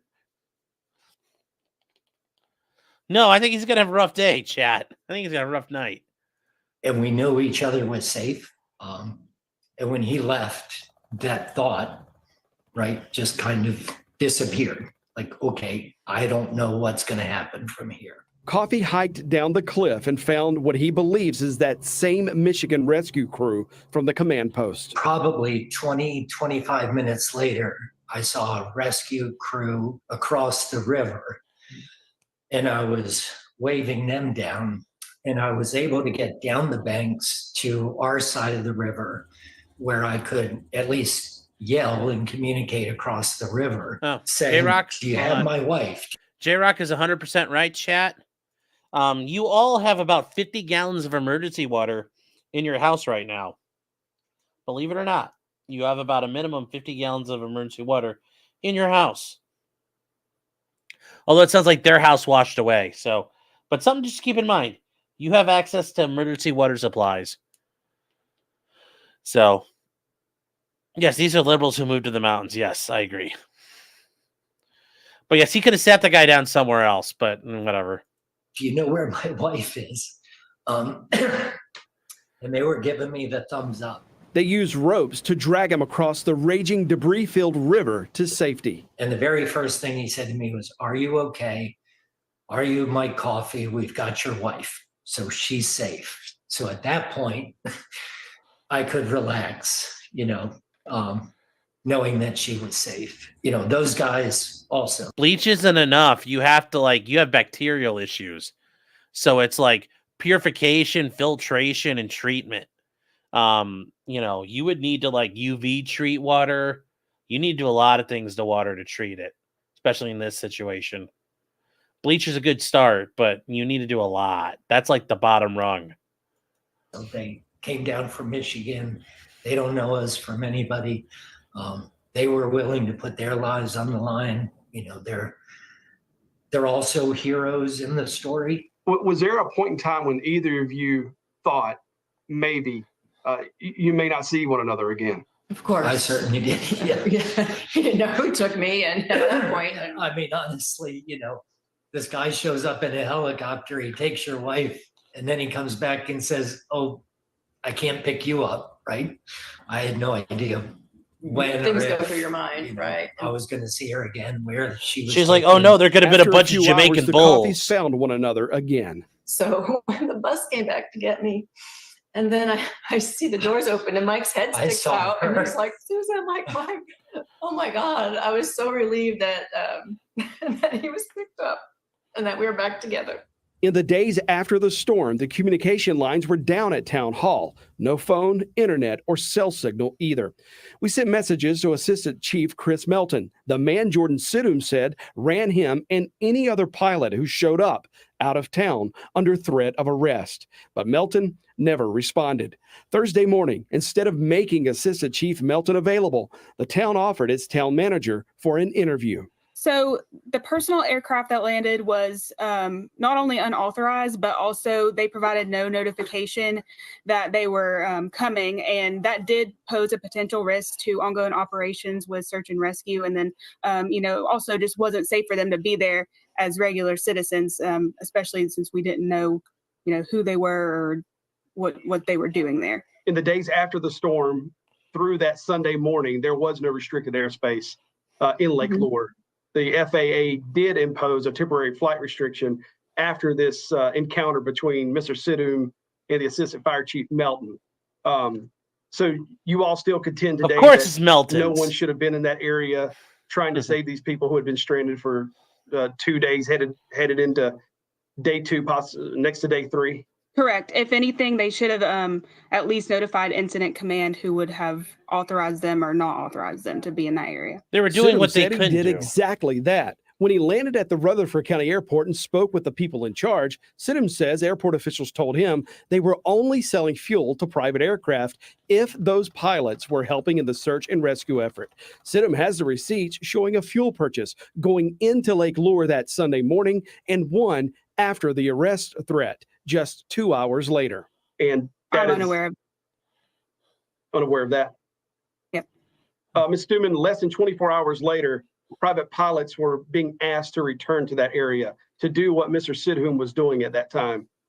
Do you see how that the public may look at that and go, well, that's a little perplexing that, just before he was severely endangering rescue efforts, and then, less than a day later, they're being begged to come back and help. Well, I can only imagine that they went through the correct chain of command to be authorized to come here. What was the danger posed in what Mr. Sidham did? Oh, I like this this question. That day? Well, it interrupted operations of the people who were there from national, state, and local resources, 1. And 2, downtown Chimney Rock is in disarray right now. For someone who's not trained, not adequately trained in emergency operations, especially at that time, they should not have been in that location. Well, just some hours later, he was back in the area, and the county welcomed him in to do exactly what he did just the day before. Do you think his training was significantly improved overnight? I think that it's not that we're turning away help or volunteerism at all. Once again, we just need to go through the right steps to do that. So we're It's aware. like, fuck you. The state is aware, Rutherford County is aware, and the town of Lake Lure and village of Chimney Rock is aware of what's going on. That was not the case initially. Are you all welcoming those private helicopter pilots who have delivered food and water and medical supplies and are helping rescue human lives from the mountains around Lake Lure? Are you guys welcoming them now? That would need to go through the Rutherford County Emergency Management or the State Emergency Management. I'm asking you as an official, the leader of Lake Lure, North Carolina, are you now welcoming those private helicopters in your community? Yes, if they go through the necessary channels. Do you think that your people on the ground in Lake Lure did what they should have done when they handled this flooding victim that was delivered to them in the encounter between Assistant Chief Melton and this private pilot? Yes, sir. They were doing what they were supposed to do at that time. And, I can't speak highly enough of Mr. Melton and all of our emergency personnel that's here right now. They've been out here for days on end, putting their lives on the line to save people. And, they were doing their job. What would you say to him today? I would ask that why he didn't take the time to assess the whole situation and make a better decision. As an emergency manager, director, and assistant chief of the fire department, that's the time that you should try to be coordinating with outside agencies to get more help in. That's your job title, and there wasn't much coordination going on. Sidham told us the only thing he regrets is leaving Mike Coffey behind, and whatever price he had to pay, he should have paid it. I'm sorry. If I had to do it over again, I would have stopped and I would have rescued as many people until they decided they were going to arrest me. He got my wife at his own cost, at a risk to himself, and he was the one person who actually stopped to help just because he could, right? I mean, he got in his helicopter and flew up there just because he knew he could make a difference to someone. And he did. He's a hero. Yeah. I'm sure everyone's stressed in that scenario, but he was following his heart and doing the right thing. Maybe there were rules that somebody would like to impose order on the chaos, but the bottom line is getting those people out of there. And even if I had never been rescued, knowing that she was safe because what he did would have been enough. So thank you, Jordan. Thank you. Less than 24 hours after we interviewed Jordan Sidham, he was invited back into the disaster area, along with dozens of other private chopper pilots. A massive all-volunteer supply and rescue effort is working out of the Hickory Airport, doing flight rescues and delivering supplies to places where military helicopters are just too big to get into. The latest numbers we have show those volunteer pilots have rescued somewhere around 200 people and have delivered several tons of food, water, and medical supplies to people still stranded in the North Carolina mountains. In the aftermath of Hurricane Helene. Now, with all that being said, I'm sure that these people also are like, if he would have been wearing a MAGA hat, they'd have been like, no, we won't get on the airplane with you. We can't be on the. He had a MAGA hat, so we had to bail out. I'm sure that they would bail out when that happens. He came out with a MAGA hat, and we were like, no. Chris McFarland put out a video doing the same thing in a small helicopter. Yeah, there's all kinds of shit out there. Yeah, I don't know anything about what Jody's done so far. But yeah, we can talk about that, but I don't know what he'd want to come on my channel for. He's actually doing real shit. You know, they need the body count to go up for climate change. Yeah. But yes, I have seen the footage of donkey trains and mule trains being used to ferry supplies into the hills. You know, the one thing I think that's really dangerous, though, with these pilots and all their flights, man, those things only have an op tempo for so long. And,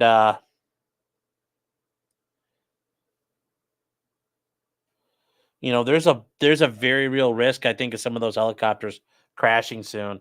Because those helicopters, like, running that hard, this type of operational tempo, like, military helicopters are designed for it. Civilian helicopters aren't necessarily. And, I mean, like, are those guys getting preventative maintenance? Is there somebody at those airfields they're operating out of? Do they have access to parts and supplies? Are there maintainers? Because eventually, you know, those helicopters are going to start fucking crashing.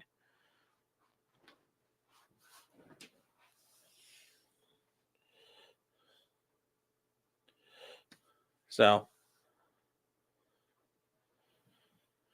Sullivan says they can helicopter the parts. Duh. Yeah.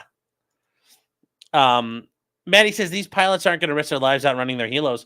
But do these guys really know what their helos can do? And, like, are they able to keep them up? Because, I mean, eventually they're just going to run out of, like, they're going to run them ragged. And, you know, then where's the part supplies for them?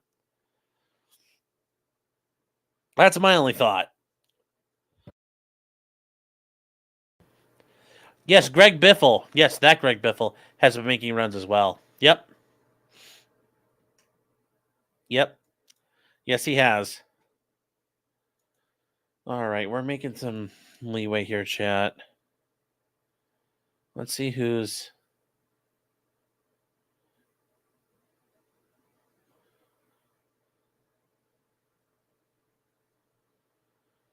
Let's see. Who's live right now? Anybody good live? Oh, Jack Doherty. Yeah, when he crashed his car, dude, he's fucked. I'm going to do a video on that. You know, they're so fucked. He's so fucked. He's so fucked. So.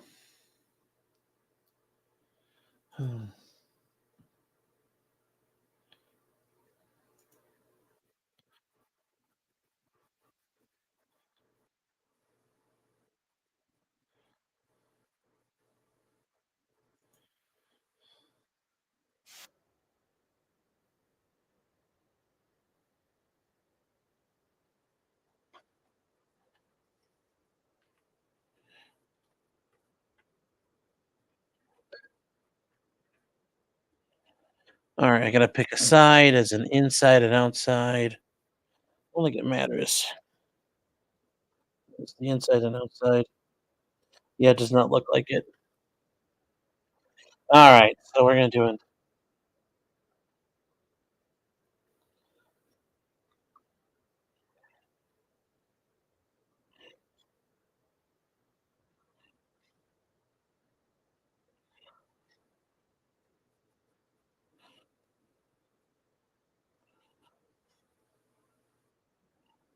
There we go.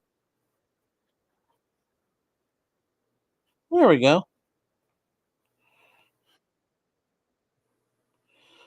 I'm gonna do this one.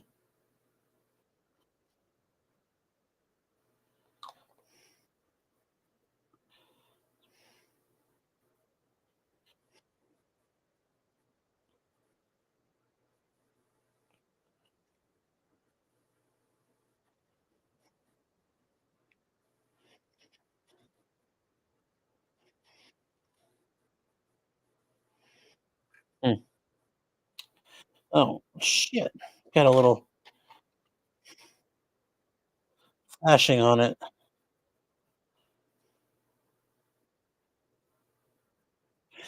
All right, there we go.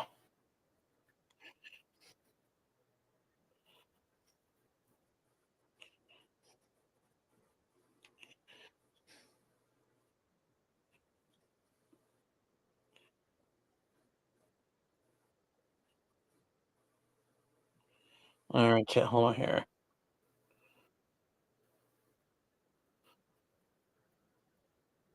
There we go. There we go. In. There we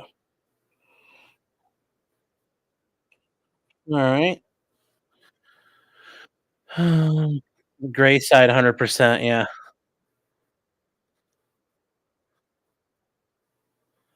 Oh yes, Brooklyn street cams are always funny to watch. Hmm.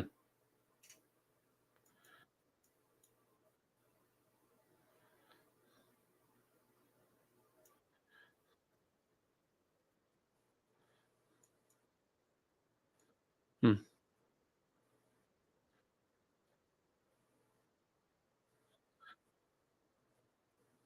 Let's see here. The green side always shone. Yeah. It's like those boring Sunday nights where there's nothing good on TV. Yeah.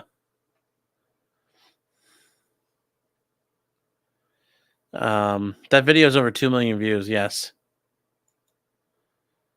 Jason Aldean played a Trump video. Jason Aldean's a fucking poser. Fuck him. Jason Aldean's a little bitch. So, try that in a small town. You ain't trying shit. So, just not a big fan of his.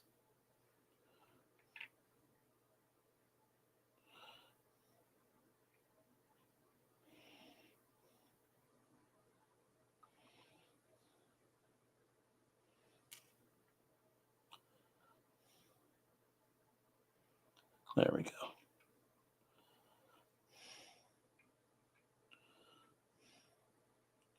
I was thinking tomorrow, chat. Like I was already thinking about for covering the Garth Brooks lawsuit. There's so many puns based on all his songs you could do.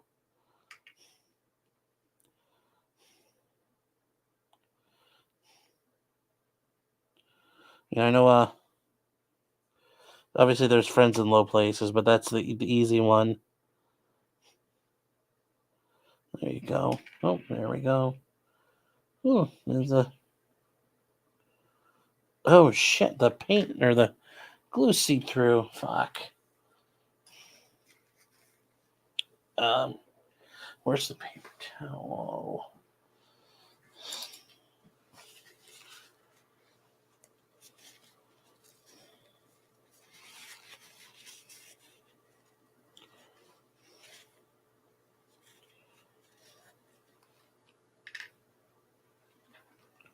Okay, this one didn't do it, so that's weird, but oh well. That's weird and funny. It's weird and funny and weird, I guess. All right. I just finished watching episodes of the Penguin. Solid show. Yeah, I don't know. I'll take a look at the Penguin. That should be. It looks to be interesting.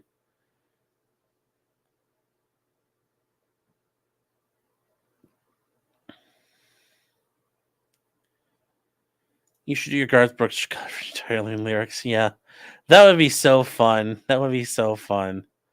Been there, done that. Yes, a new member. Thank you, man. Yes, he's shameless. Yes, he's certainly standing in. He's not standing outside the fire anymore. He's in the middle of it. Oh.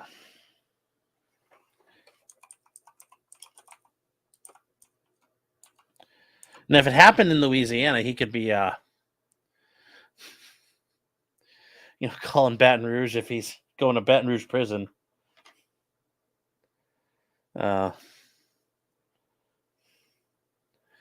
Yes, and if her name was Cheyenne, you could call her the beach's name Cheyenne. Oh, what else is there? What else is there? He gave her 2 pina coladas. He put one in each of her hands. Got a little frisky.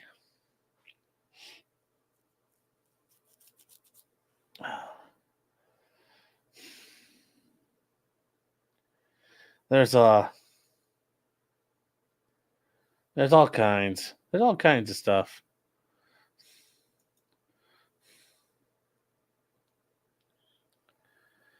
Ag probably owns every Upchurch album. Yes.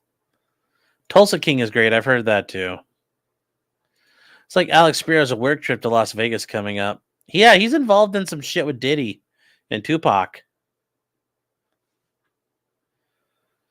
Yes, the dance of the hairdresser. Yes. What's George Strait, though?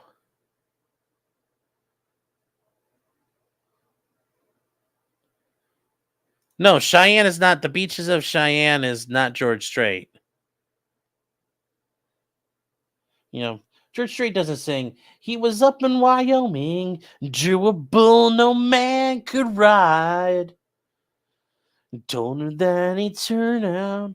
Well, it turned out that he lied. Yeah, no, that's Garth Brooks. That's Garth Brooks. That is not the Troubadour. That is not the Troubadour. George Strait, far better singer.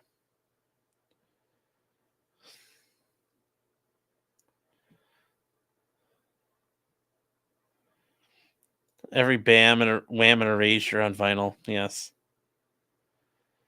They're demolishing the Six Flags there, but I heard people use it for airsoft and paintball now. I've not done Garth Brooks' Legal Matters yet, but I will soon. This turned into Steel Toe Morning Show so gradually I hardly noticed. Why? Does Aaron like George Strait? Like, to be real though, everybody likes George Strait. George Strait is the best. Yes, imagine getting Garth Brooks confused with George Strait. I know. That's the worst thing. That's the worst thing of all. That's the boo-worthy comment. That's the worthy comment here. Okay. Okay, we need... All right.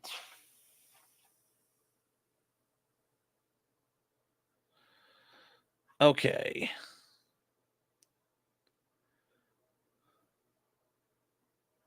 Oh, Runkle did Garth earlier, yeah.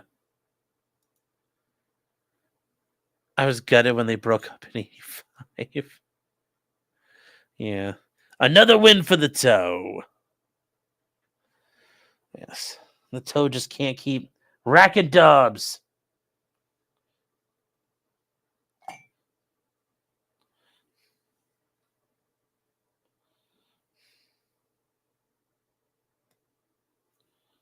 So.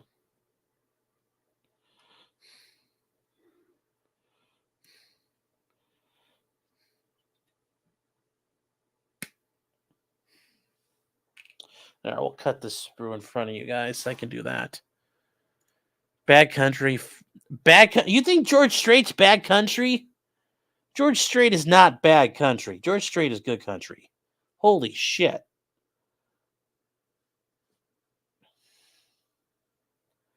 George Strait is phenomenal country.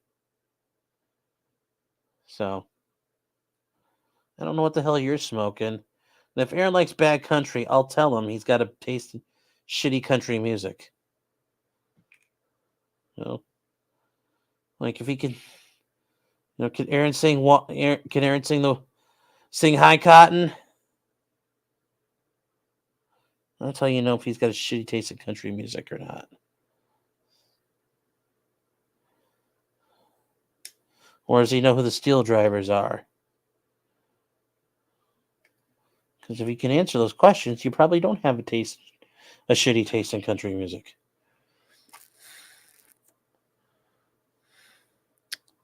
Well, there's no Stoney's ad reads tonight. Just waiting on that sub begging. Well, we'll get we're just going into overtime tonight, chat. We're going into overtime already. You've been good to me, chat, so we're doing overtime tonight.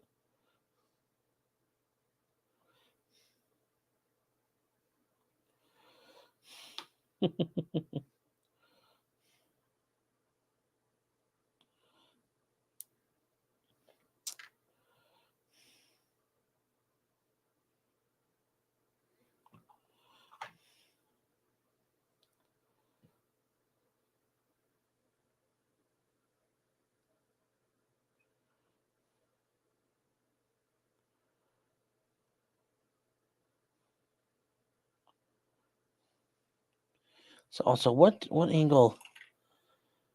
So the wheels. So actually, I should have done this. Wait.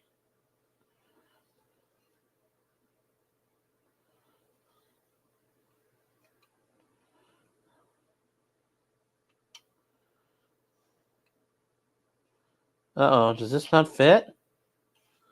Optional. Do I know the right struts? Well, do I not use the struts if I'm folding up the landing gear? Because the landing gear...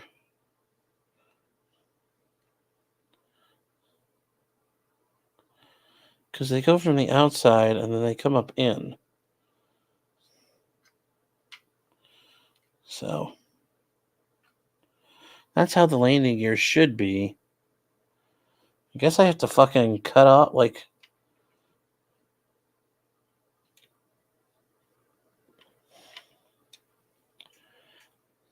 No, I guess we're doing landing gear out. Fuck it, we'll do landing gear out, dude. We'll do it parked with all this shit hanging out. Fuck it.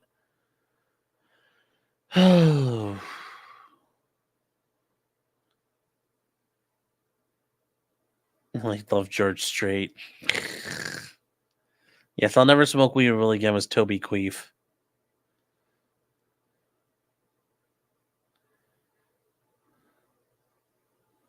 The best song ever was not Cotton Eye Joe. Scorpio gifted 5 subs. Thank you. Yes, OT on a Sunday. That's premium pay. Yes. Aaron is covering the Ricadatism timeline tomorrow. Well, somebody on the farms is belting out a really good timeline right now. So. Oh.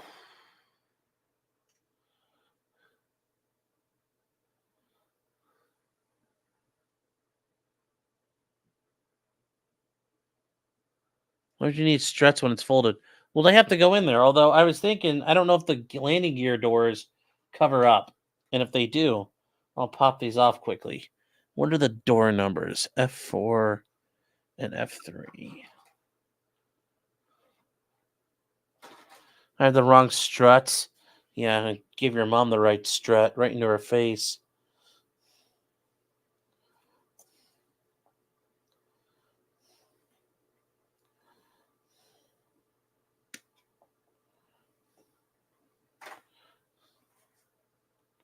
Three. All right.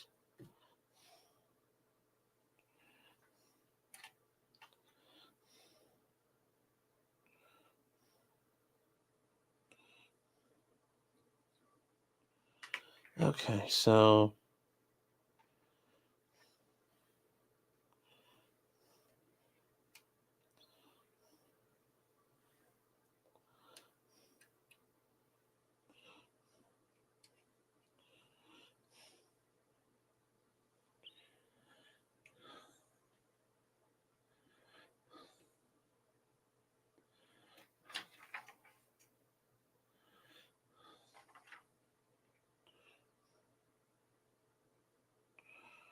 no, we're gonna do these open.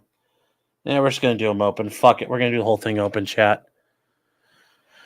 Because you could barely see the struts, it wouldn't be there. So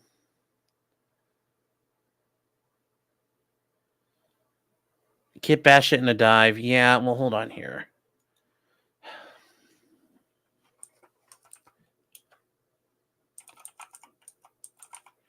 Underview.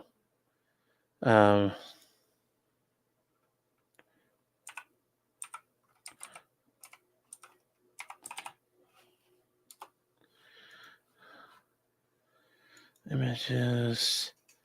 What's it look like wheels up? See, all these things people show are wheels down and shit, and I don't necessarily want that.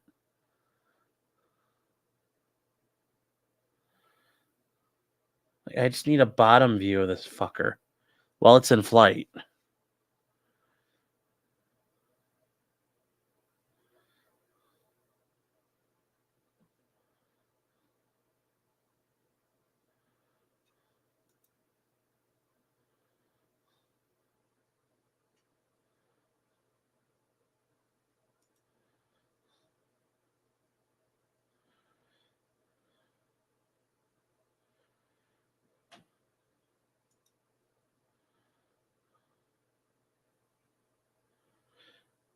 Okay, so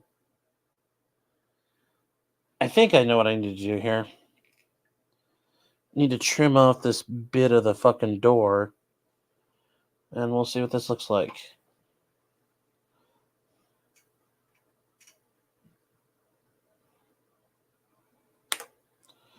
Well, too late to go back now, chat.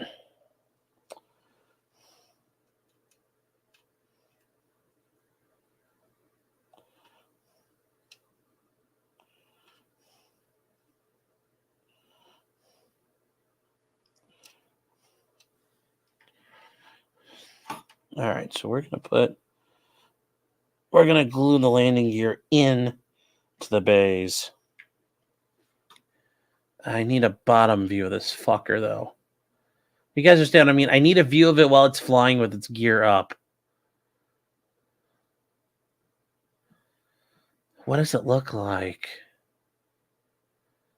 There's no, like, somebody flying underneath it. I need to see what it...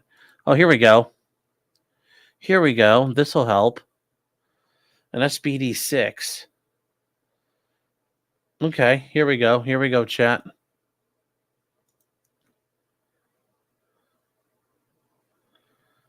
Too late to go back, yeah.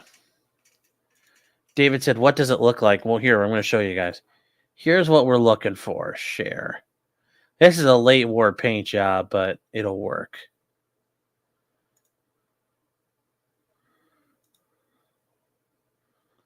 All right, here. So we've got this. Okay.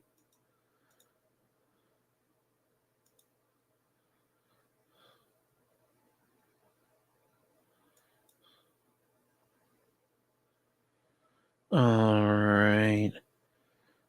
Okay, that's steering. That's in the gunner's seat, turned around, steering forward towards the pilot. All right. And then we've got landing gear. Okay. Oh, here we go. Here's what I needed. All right, there we go. It's just flush up in there, and then the doors are just on. Okay. So just glue in the tires.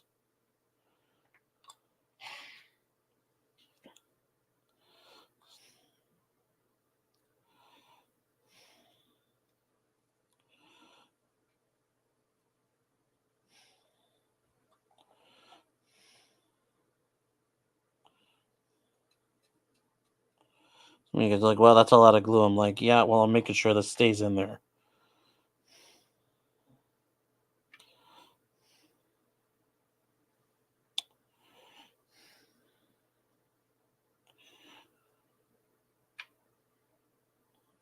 There we go.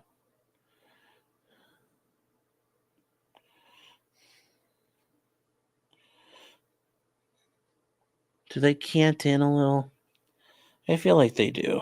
I don't know. I feel like they're gonna stay like they stay flat. There we go. There we go. All right, so we got to work on these doors in a minute. I'll probably cut some of this off and shove it in there so there is something to take up space. Fallen Preacher says, how did this airplane fly with the avionics being a rat's nest of wires? Well, this is the back seat. I don't think there's a cockpit picture here. Hold on, let's see if there is.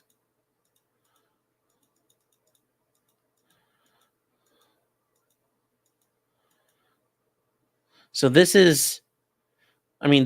was like how they did stuff back then. These are all the radios and equipment the tail gunner had. But that's how stuff was done back then. That's how they did stuff. Oh, and this is at the Varghese Center. Oh, so this isn't even at the Smithsonian. This is at Dulles. Okay. That's a little sad.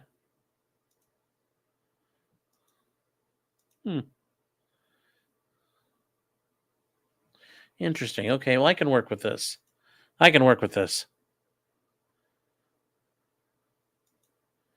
What's with the dog? What happened to the dog?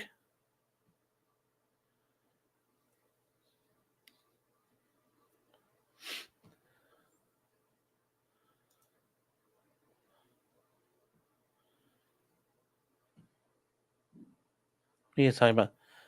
Anything on the Dauntless is better than the Billy Gunner and an Avenger. Yes, that always looks like a scary job.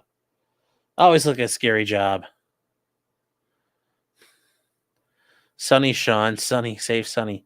I can't do anything about it. I can't help Sonny. He is on his own. SS, yes. Oh, yes. J-Rock's favorite initials, S and S.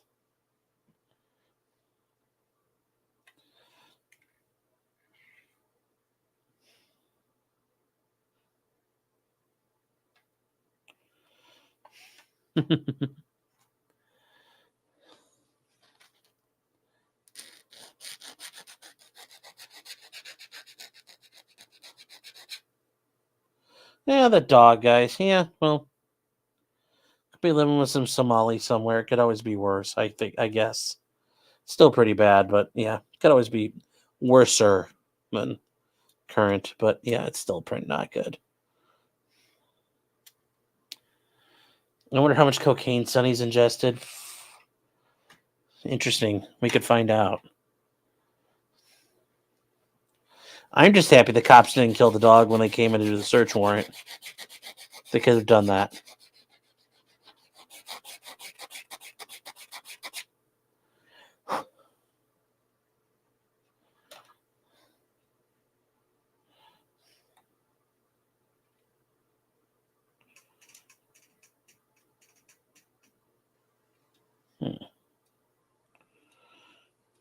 There we go. All right.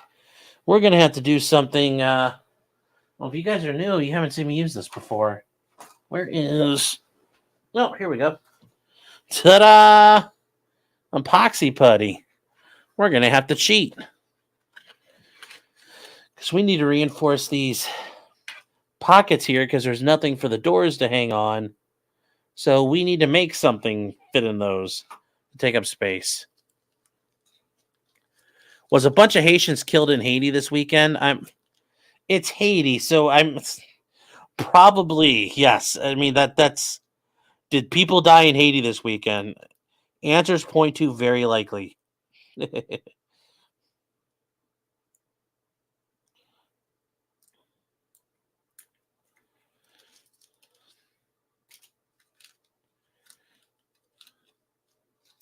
Is Clyde going to do a big peen review? Maybe he will one day.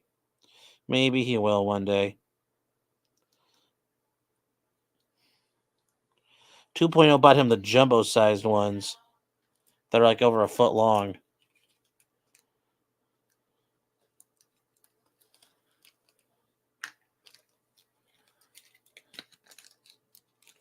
Where people shot up in Chicago? Does the bear shit in the woods? I mean, yeah, it's probably happened.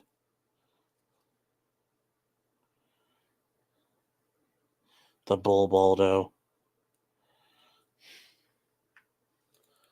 Yes, there really are foot-long peens. 2.0 got him for Clyde. Are they cut from black bulls? I don't know. But they're fucking huge. Literally a foot-long dehydrated and smoked bull penis. Okay, so if you guys don't know what this stuff is, this is called epoxy putty. Right here. You take them. It's kind of like Mission. Hold on one second.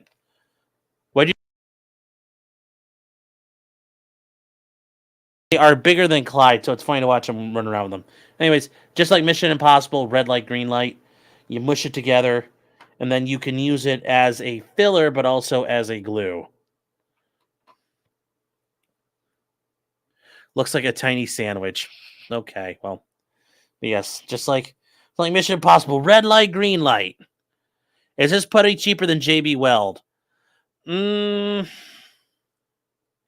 No, but I can do stuff with this. Like people, like if you watch some guys like Night Shift, like he's used a bunch of this to make like blankets and tarps and use it for other effects as well. It's also super fucking cheap. I got it for like pretty much nothing. So kind of like Bondo. Yeah, JB Weld is gooey. No, it has not exploded yet. So I think we're okay. Yeah.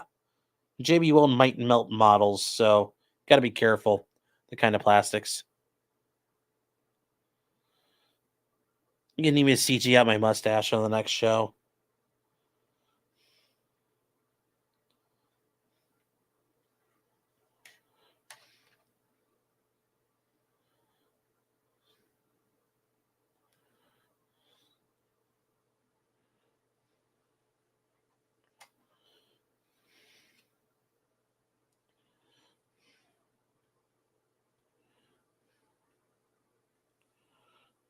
All right, so we're going to put a little more in there.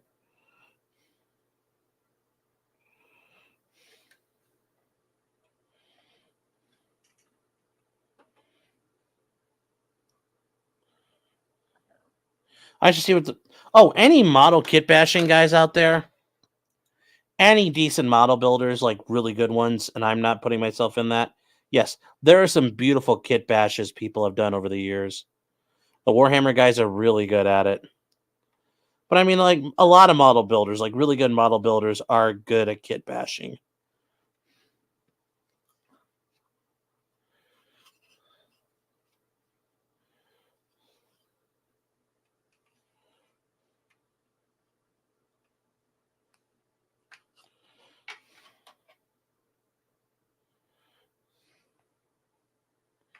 Did I just put up a thumbnail? Oh, okay, cool. Like I said, guys, when I did it, a lot of people had questions. They didn't understand what the hell was going on, and I did my best to explain it.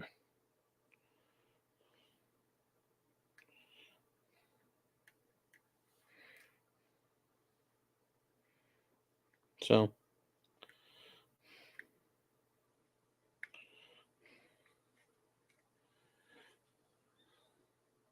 Kit bash code for gay sex. No, J-Rock. Kit bashing is where you take like model kits, like parts of model kits together, and you combine them to make a different model. You're literally bashing together kits. You're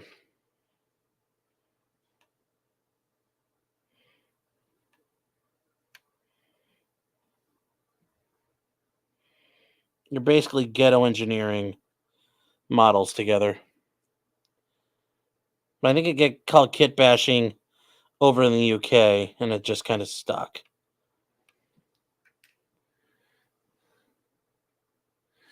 Kit bashing like Legos, I mean, yeah. I guess, but Legos are already kit bashed. Yeah, but yes, the same principle. You can just sit there and just combine Legos and build on stuff all day long and make new Legos, and yeah.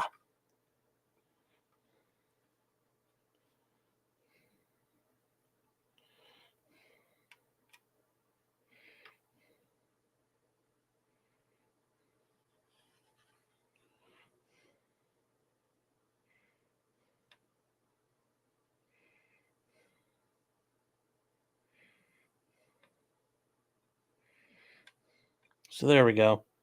We filled in the bed right here. And we're going to fill this one in. I think that's probably enough. Let's try it.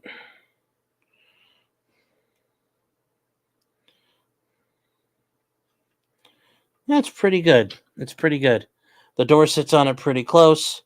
Now I just need to trim down the door a hair. Okay.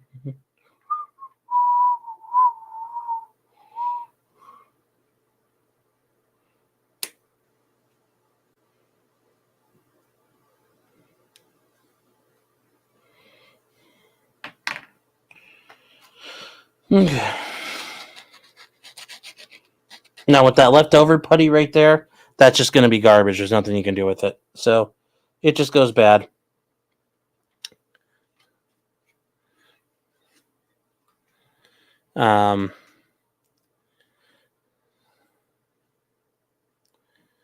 Diddy's ruined a lot of songs, MMI. Diddy has ruined a lot of songs, dude. Yes, he has ruined a lot of songs, man. Also, check that out, chat. When I got the door to pop in one piece. I may just leave that there because that's like the epoxy putty will probably keep it in one place. So, yes, Diddy has my favorite Diddy song was Bad Boy for Life, because that's what we played. Well, the upperclassmen in my high school, my football team, that's what they were playing. And, that's when Diddy was like getting to be, was kind of coming out of everything. So, we ain't going nowhere. We ain't going nowhere. We can't be stopped now.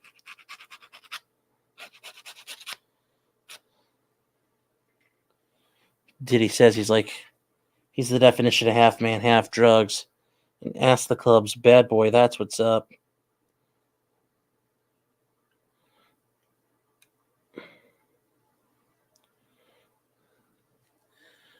Sounds like 2.0 is lurking. No, 2.0 is out. She's just enjoying herself and relaxing. She was out and about today with friends, going and doing fun stuff. She had a lot of fun things to do, and I was home with the dogs. So she's been out and about having fun, and I think she enjoyed herself. Seemed like she did. I'm very happy that she got to go out and spend some time with her friends. So, no, I think she's just relaxing, getting ready for the week.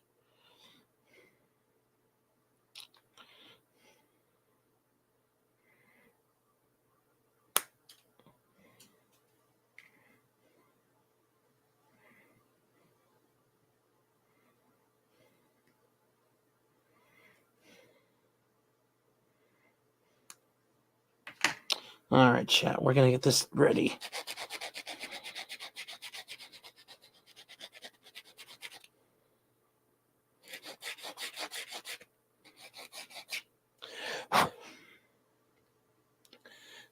So, but yes. Okay. And I remember that, like, Bad Boy for Life, and that was like 2000 freaking like 1.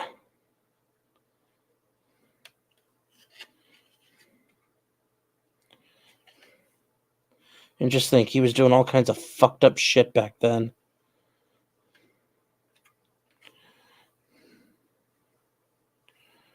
So.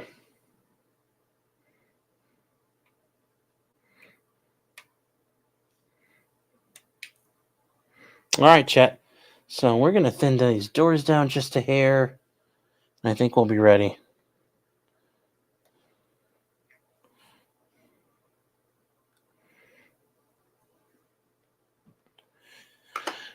J-Rex saying, I can't wait until Nick has to plea. I understand people are like, still, I'm not.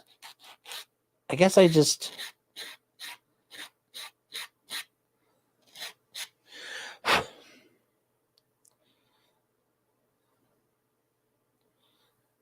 I guess I'm never going to be on the this is awesome train, regardless of who it is.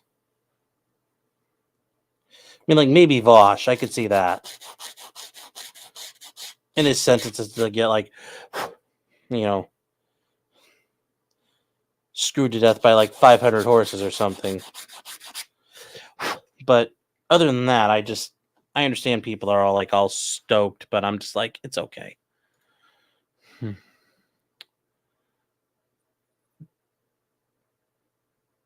You see the ex-Pussycat Doll who said the group was basically a prostitution ring? I've heard that, yes. That'd be interesting. It's not a surprise, really, though.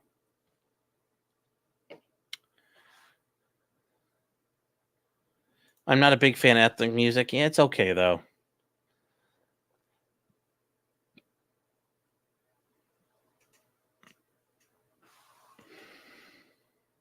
Justin Fields got lit up? Ooh, that's no good.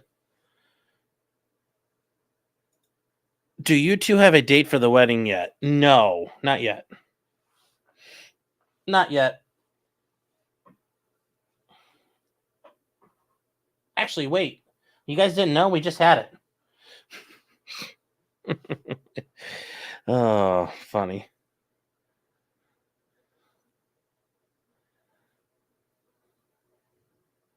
Am I going to paint happy trees? No, we might paint some happy... we might paint some happy dive flaps, though.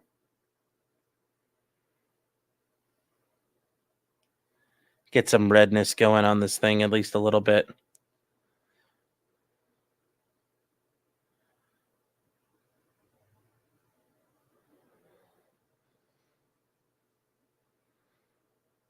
You gotta let us know so we can all make it. Yeah. No, we'll set up the TTS for the wedding. You guys can do super chats in the middle of the wedding. We need to watch the docket so we can hug Sean at work. I swear to God, I would find bailiffs and be like, these people are harassing me. I don't know who they are. They're scary. Get rid of them. So, yeah, I'll do TTS like it's pirate software. Like I'm Thor. Besides, I watch him every once in a while. It's always interesting. Dude just monster fucking streams every day. 12-hour streams. Like all the fucking time. A gift registry? Yeah, don't worry. I'm sure 2.0 will come up with something to do for that.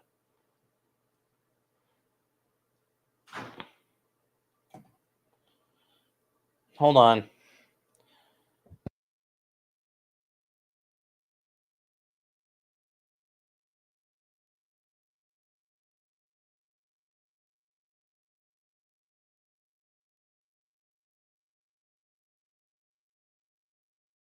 I just told her about it. She'll maybe we will at some point.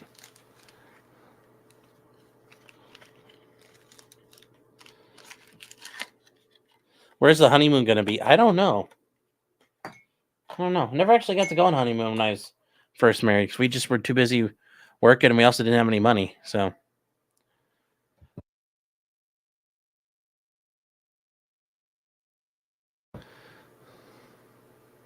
Go to the Maldives for our honeymoon? That'd be fun. Oh. All right, so we're going to get... So, guys, we're already there. We got the wheels up on it. Go to Waffle House for a... You guys. Oh, my God.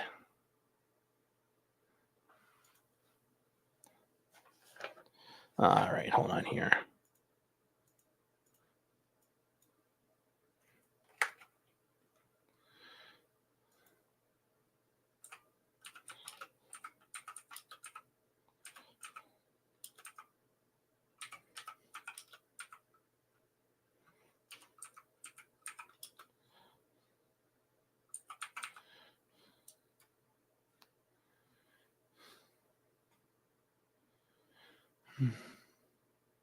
Let me see.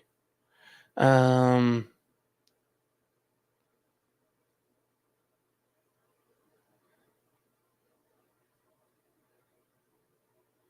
right, so we need some pictures of... Hold on, can you guys hear me? All right. So, ooh, this is a good picture. Open link. Image of new tab. Here we go. Here we go. This is good. Image of new tab. Actually, hold on here. So here's what we're aiming for, chat. We got to get that red. Now, I do know the story of why these are red. And the issue was, back in pre-war, there were multiple problems with pilots when they're getting ready, when they were flying along. Their element leader would just go over in a dive, and they couldn't tell. The red is an indicator to get ready to initiate your dive. And with those holes in the flaps, they could control their speed rate, and they're also maneuverable. And if you pop these, like if you're trying to land, it gives you very good low speed maneuverability. So we are going to get some of these set up, and I'm going to try to fire up the get the compressor going for a second. But we got a little bit of this we can paint red, although it's not as much as I thought it would be. Basically like this. So it's kind of a letdown a little bit there, chat. But hey, a little bit of painting's a little bit of painting still. And then obviously those are the tops and the bottoms. So, and then this big one right here is the big flap right there. So, SB sellers, do they not have radios? Not really. And even then, I mean, back then, radios didn't work all the time. Radios weren't good. They didn't work. And I mean, think about by in the 1930s, the radios were even shittier. So the radios were worse. They got better by World War II. Even then, they still didn't work half the time. Electronics sucked back then. And this was a foolproof way. I mean, think about it, sellers. You have to open these up to initiate your dive. Everybody could see it. So there's no confusion at that point. Everybody knows that it's time for 5 rounds in the Imperial Japanese Navy Killing Division. Oh.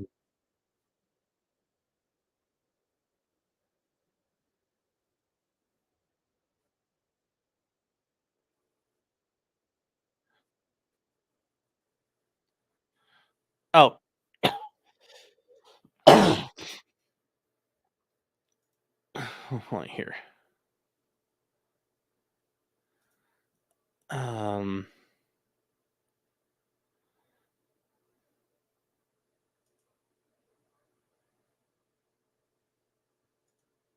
Let me see here. Yeah, F-14s had colored flap indicators too. Yes, they did. The big flap, the meaning of your sex tape. Yeah.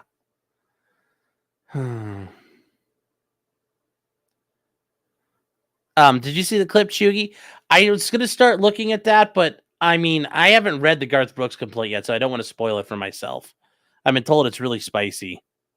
And I've been told basically part of it sounds like a fucking dirty novel, so I'm just going to wait. I don't want to get too far into it. I'm sorry.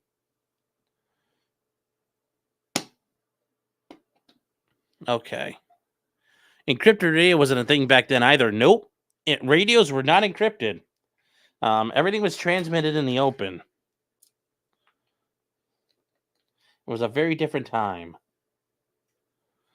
Stacy says, ooh, dirty novels are fun. Well, I don't know how fun it was for the lady.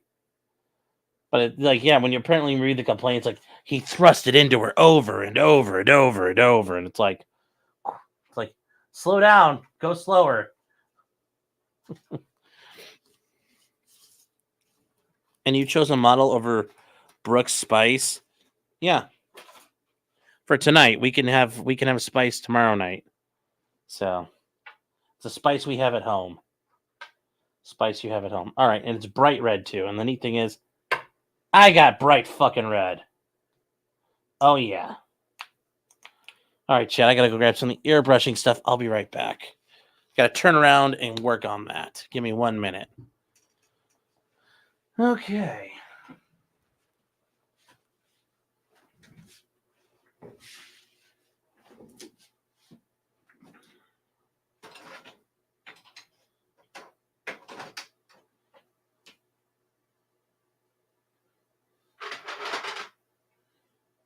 Alrighty.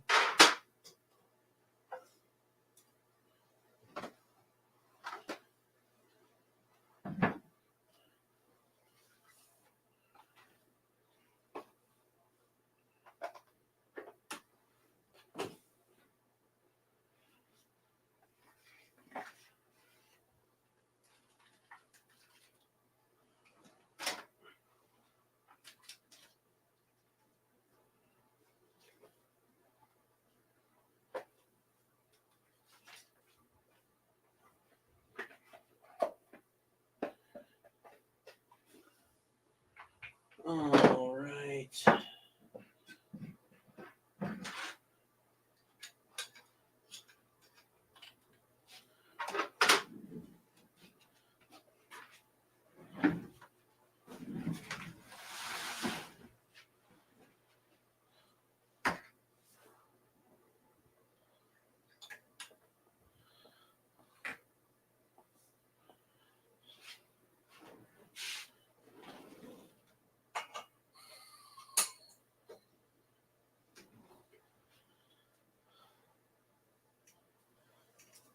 Okay. Here we go.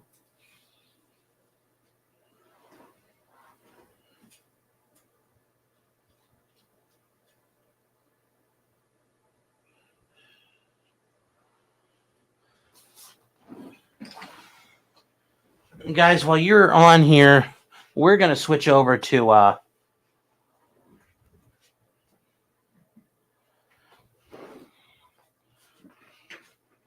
going to put on a clip for a second because I got to turn the air compressor on and it's going to get loud.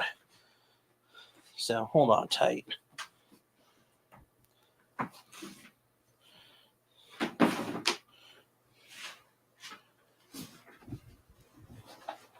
All right, so hold on 1 second. Chat come up at season soon. Hold on, chat here. What are we gonna do?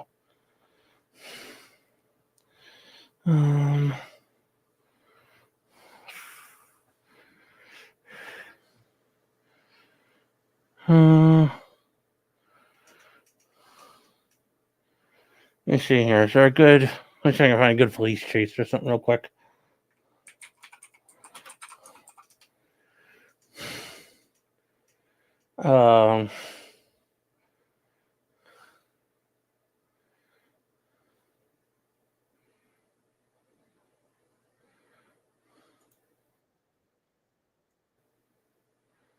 All right, here you go, chat. We'll switch this over real quick for you guys. All right. There you go. All right, guys. I'm going to be back in 1 second. UDE. We're returning. Looks like 2:30. I'm going to be 2:37 with it.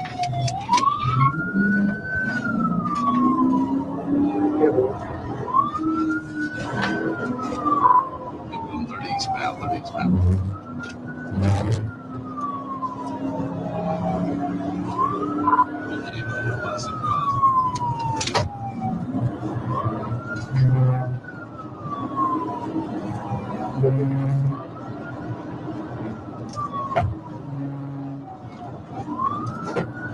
That's a little rush. Traffic speeds about 90. Traffic's pretty heavy.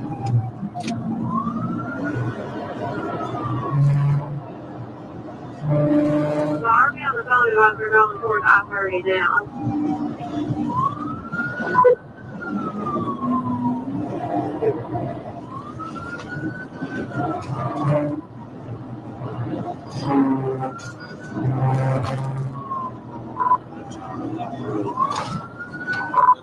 They're about to crash out. We're about to 6.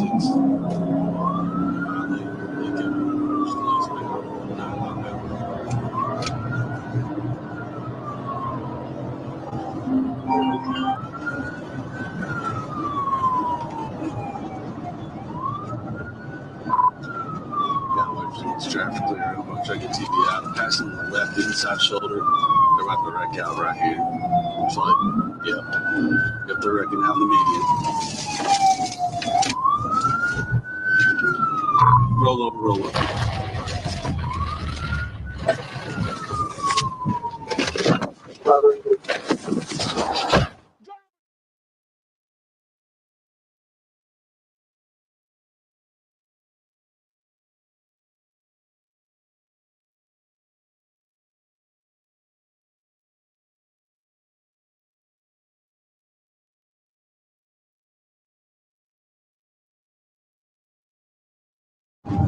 David, 999.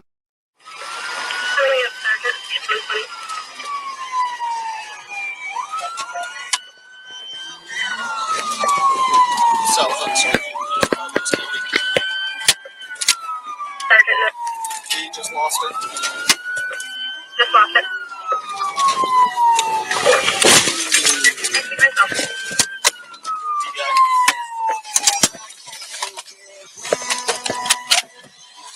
Show me your hands! Put your hands up! Put your hands up! Show me your hands! Why? Put your hands up!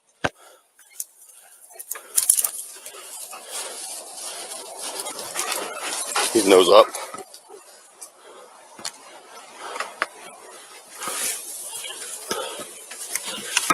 All right, we're back. Yeah, hold on. Sorry about that. So do you smell that again? What's this right here? I do love the suspect crashes in a deputy's vehicle. The deputy literally came the wrong way down the road at him. So it's like, how dare he? Show me your hands now! Show me your hands! Show me your hands! Stop! Challenging one. Let me see your hands! Let me see both of your hands! Get the dog Let off me see me! both of your I hands! don't have nothing! Help! Help! Get on your stomach! Get on your stomach! Get the dog off me! Get on your stomach! Help! Hand, give it to me. Yep. Wait, I don't have nothing! Get the dog off me! I didn't do nothing! Help! Help! I've been drugged! Help me! I have no record! I've never done anything wrong in my life! Well, you jumped into the deep end of the fucking retard decision pool there. So, yeah, I guess it was a lot. I never done anything like this. Well,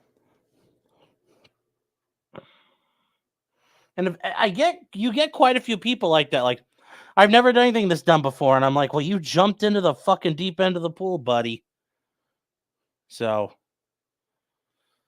what's happening with the Jack Doherty arrest? I don't know that he got arrested, but I'm hoping he did. I mean, he could face serious felony charges for injuring someone in an accident. Like in Ohio, that could be vehicular assault.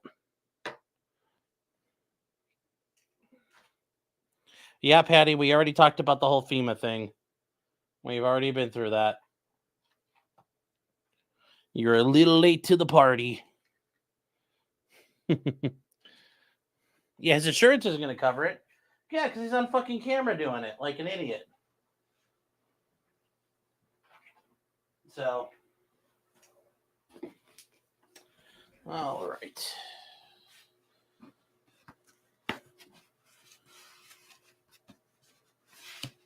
Okay, chat. So we've got...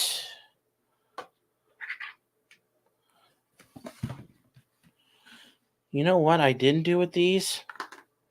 I don't think I primed these yet. Shoot. You have to give me 1 minute, chat. I'll be right back. So I have to prime these bad boys.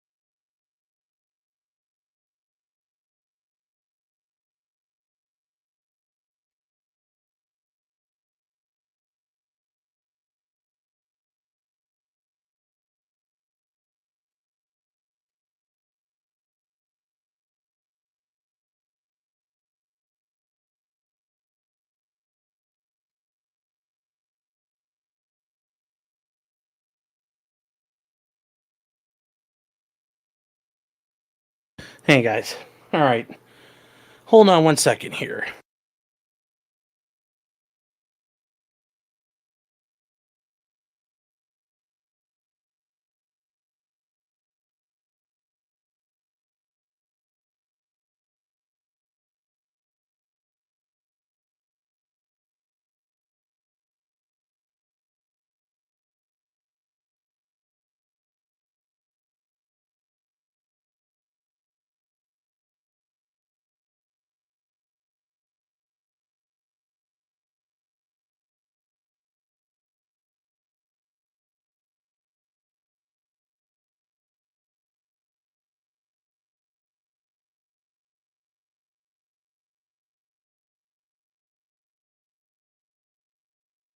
All right, chat. Let's see if you can hear this. All right. I think we're all set. Is this dried? Yes, this primer is so nice. Dries fast, very quick. Yep. I think we're all set. All right, it's time. Was not checking on 2.0, chat. I was literally... Oh, I got to figure out... Hey, Stabby, if you're there, do you know where I could find a 3D printed airbrush holder? Because I need one. Be happy to print one out. I just need to get one. And so, all right. We need a little bit of red paint.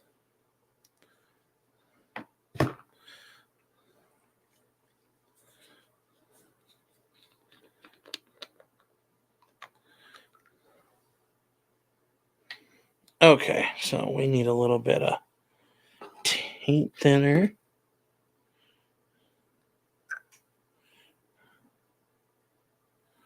It's probably enough.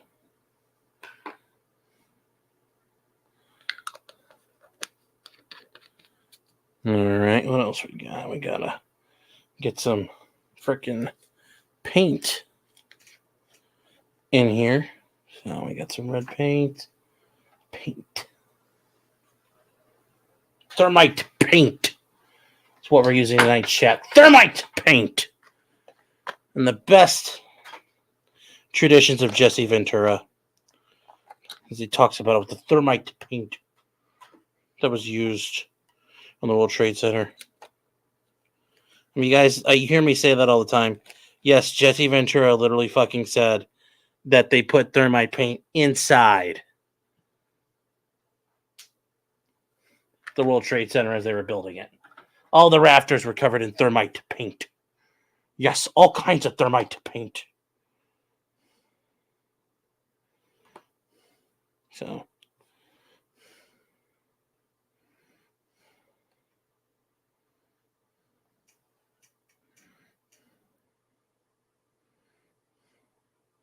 that's enough paint. Give me more than enough. And I figured out how to use this sprayer.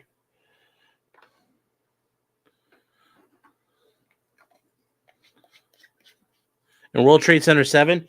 No, he said it was in all the buildings. That's how all the buildings collapsed. Yes, they were playing the long game.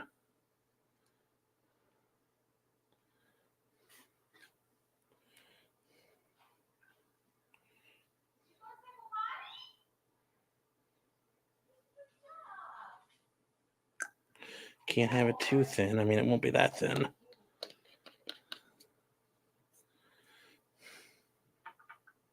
Some airbrush flow improver.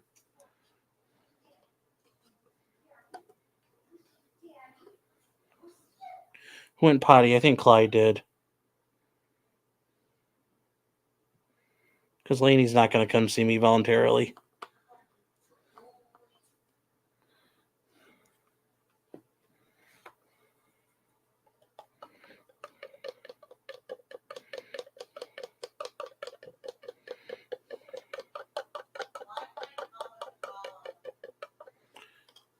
What's that? Well, my hands are full of paint right now. I can't. Oh, we'll try after we're done.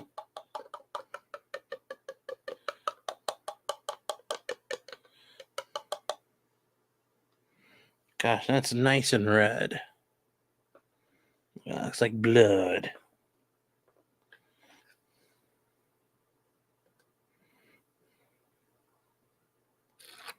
It's like asking infantrymen what makes the grass grow. I'll tell you, blood, blood, bright red blood.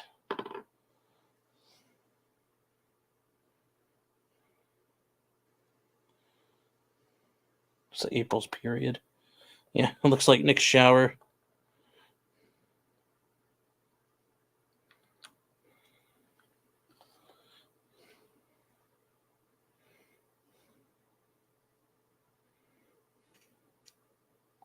I think this is going to be enough. If it's not, I can always do more because it's just red. I can't really mess up the shading. Because the flaps, when we looked at them, you guys saw, they're just red. So I think this will work. Anyways, let's try a little targeting.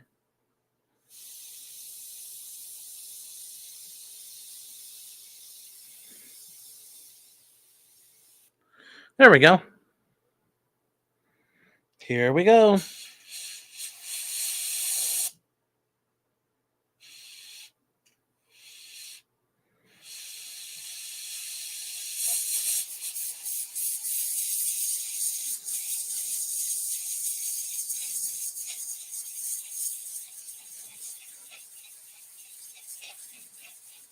There we go.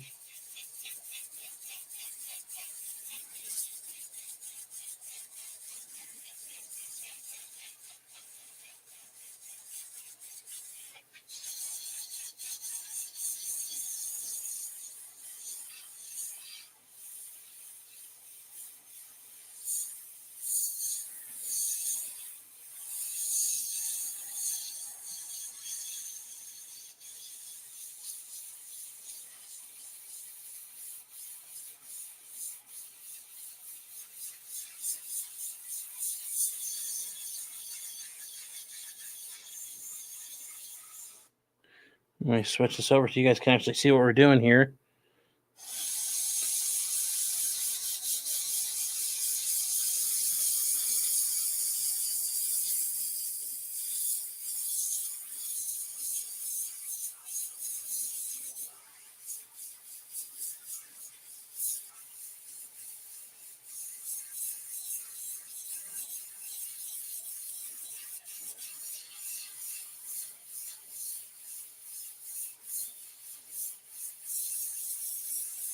There we go. Well, Anubis, yes, I need a, I can always apply more later. But the big thing is when I'm doing something like this, it's only one color anyway, and I'm not tinting it. So I'm always okay. But yes, I don't have to worry about mixing it up and finding the same shade.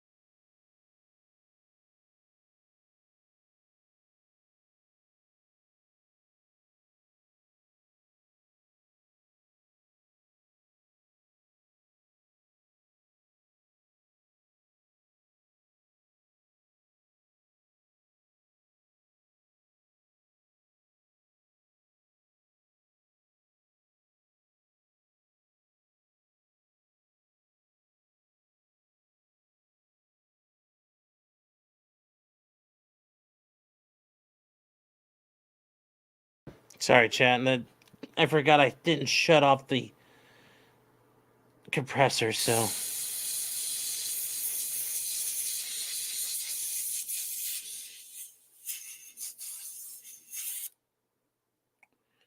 Well, there we go. That's a pretty good color.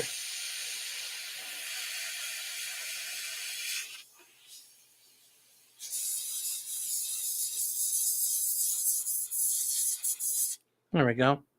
So that's red. We can get these bad boys. Yes, Iwata. Yes, I have an Iwata airbrush.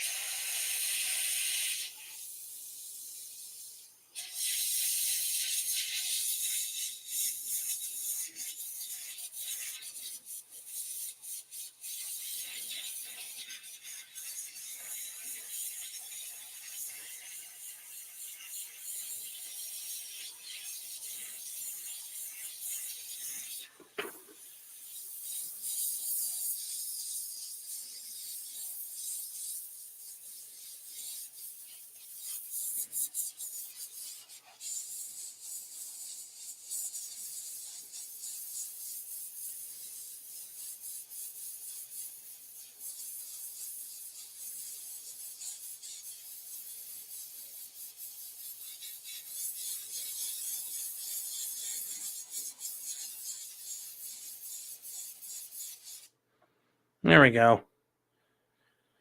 Okay. You're talking about loaded fries. The Irish spice bag. Never heard of it. Yeah. Well, I did paint overlapping strokes. Now I'm just trying to get all the areas I missed.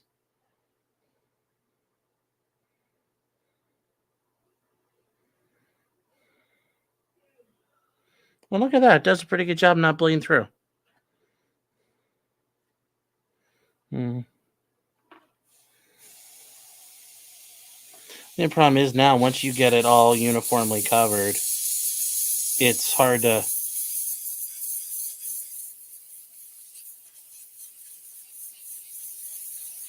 It's hard to keep track of where you've gone over stuff.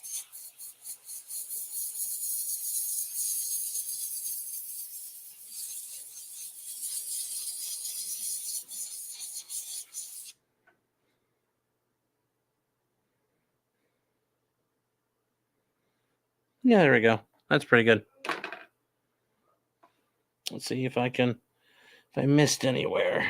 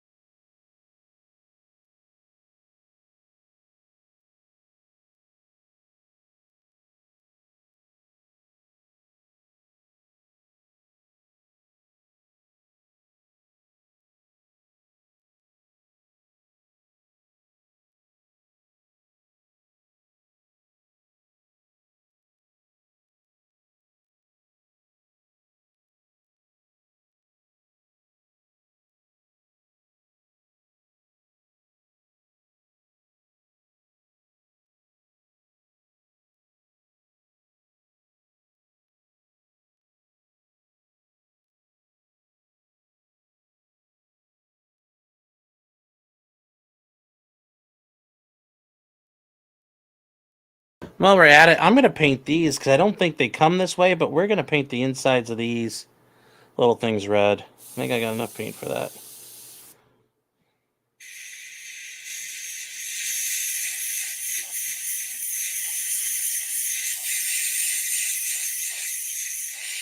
We're going to be flamboyant with this bad boy.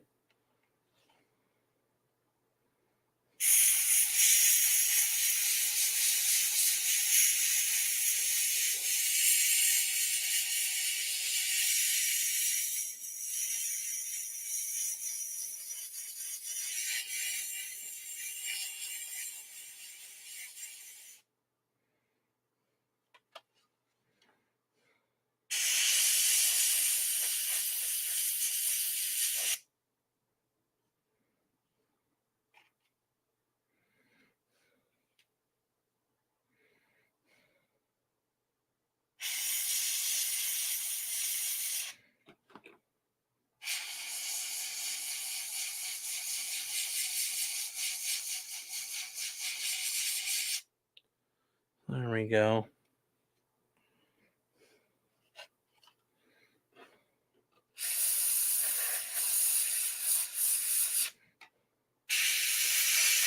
I thought about hand brushing this, but we're not going to do that. We're just going to do this all this way.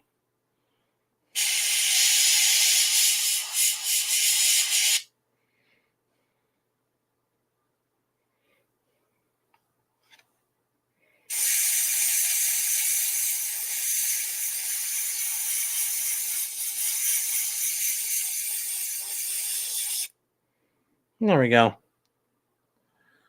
So we got the little inlets done. I don't know if that's the right way to do it, but we're doing it because it's mine.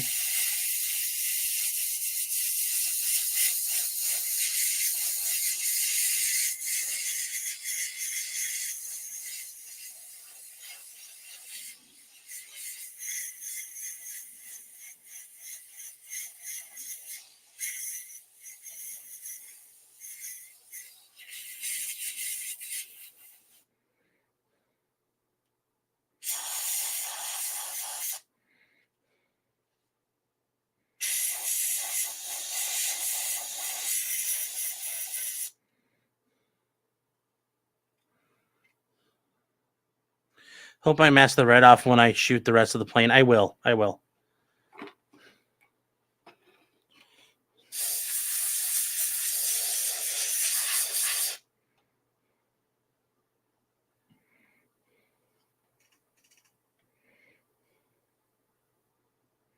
So there we go.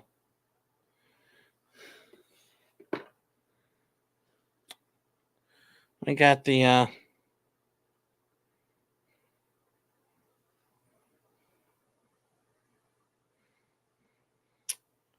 I think that looks neat. It'll look a little extra color never hurt. So the only thing is with these that kind of sucks is with the Navy planes, they didn't do a lot of coloring on these. It wasn't like Air Force planes where you could have all kinds of crazy fucking paint jobs. So that's the only thing that sucks about these. This is some of the most coloring I'm going to get to do other than painting the propeller tips. Do I have a HEPA filter? No, I have an open window and I got good ventilation. So I have it set up with a little computer fan running through an aquarium filter, but I haven't gotten that out right now. I have a lot of technique to learn. Oh, I understand it. I know I do.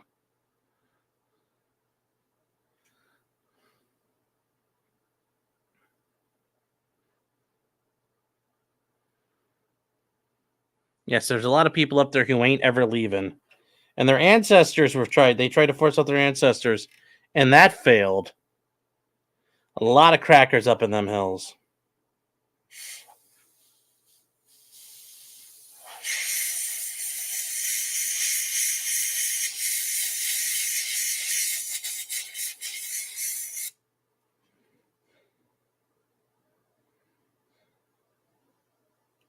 There we go.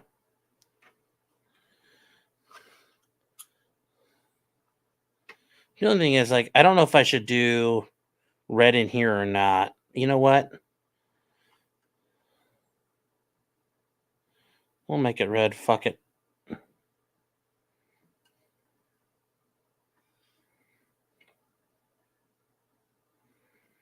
Yeah, should I do red in there? No. You can't see it, so.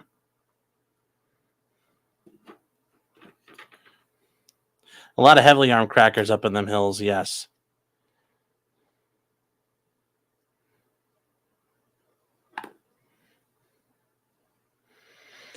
Well, we gotta burn up the red here real quick. You know what? I'll just make these. The red makes the plane go faster. Yes, it does. But I need to do this in a way that, this needs to be so I can find it easier when I'm working. So I can see it easier as I'm trying to find it in my...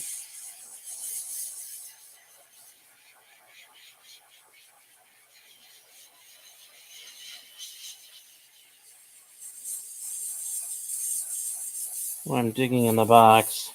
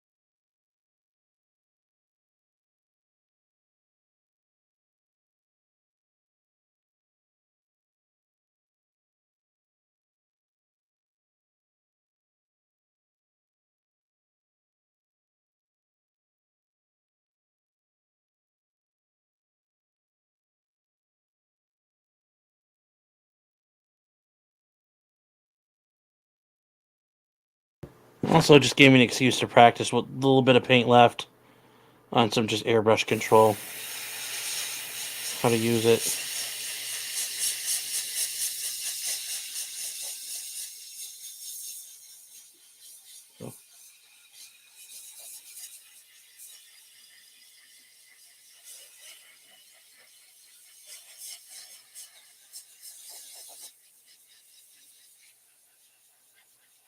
There we go. Yeah, just learning how to do even strokes. Learning how to cover. There we go.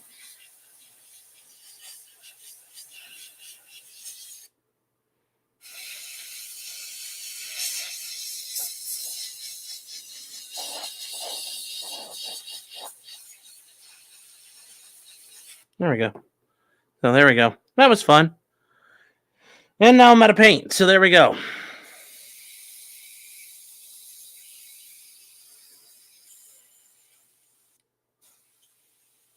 All right, chat. So we're all set. Yeah, there we go. All right, guys. So we're all caught up. It's midnight.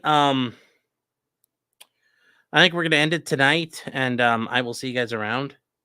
Tomorrow night, we'll probably get into Garth Brooks. I know that's going to be interesting. Also, if anything interesting happened with Sarah Boone, we'll get right on top of it. So, yeah. And I'll clean up on this and get it cleaned up. And, yeah, I will see you guys tomorrow. And hold on here. We'll switch cameras.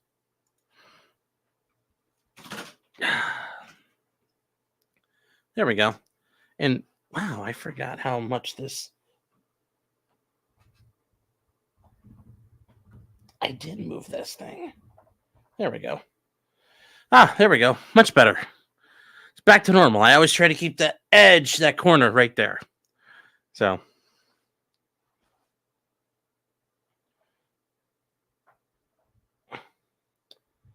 There we go. Oh, that's perfect. Right there. That's where we're looking for. So guys, see you tomorrow. And take care, everybody. Enjoy your night. And I will see you guys then. Take care, guys. If you're down in Florida, be careful. Get ready. It's going to get really, really rough down there.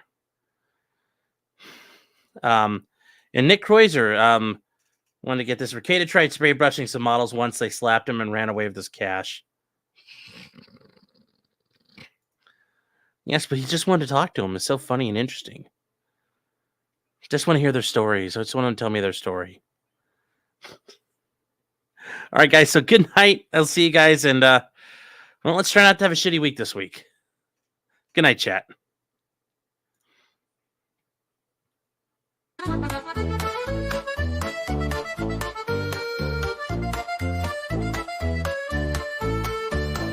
Weapons, blacksmithing, and models of planes, esoteric works, and even some trains. Much merriment had while drinking White Claws, tips on hunting, and even talking the law. Whatever you do, just don't talk to cops, even when they nab you on illegal stops. Just 'cause you did it doesn't mean you're guilty, but please talk to a local attorney. Was that the fat guy Rick Hayden yelled at? Why, yes, it was. He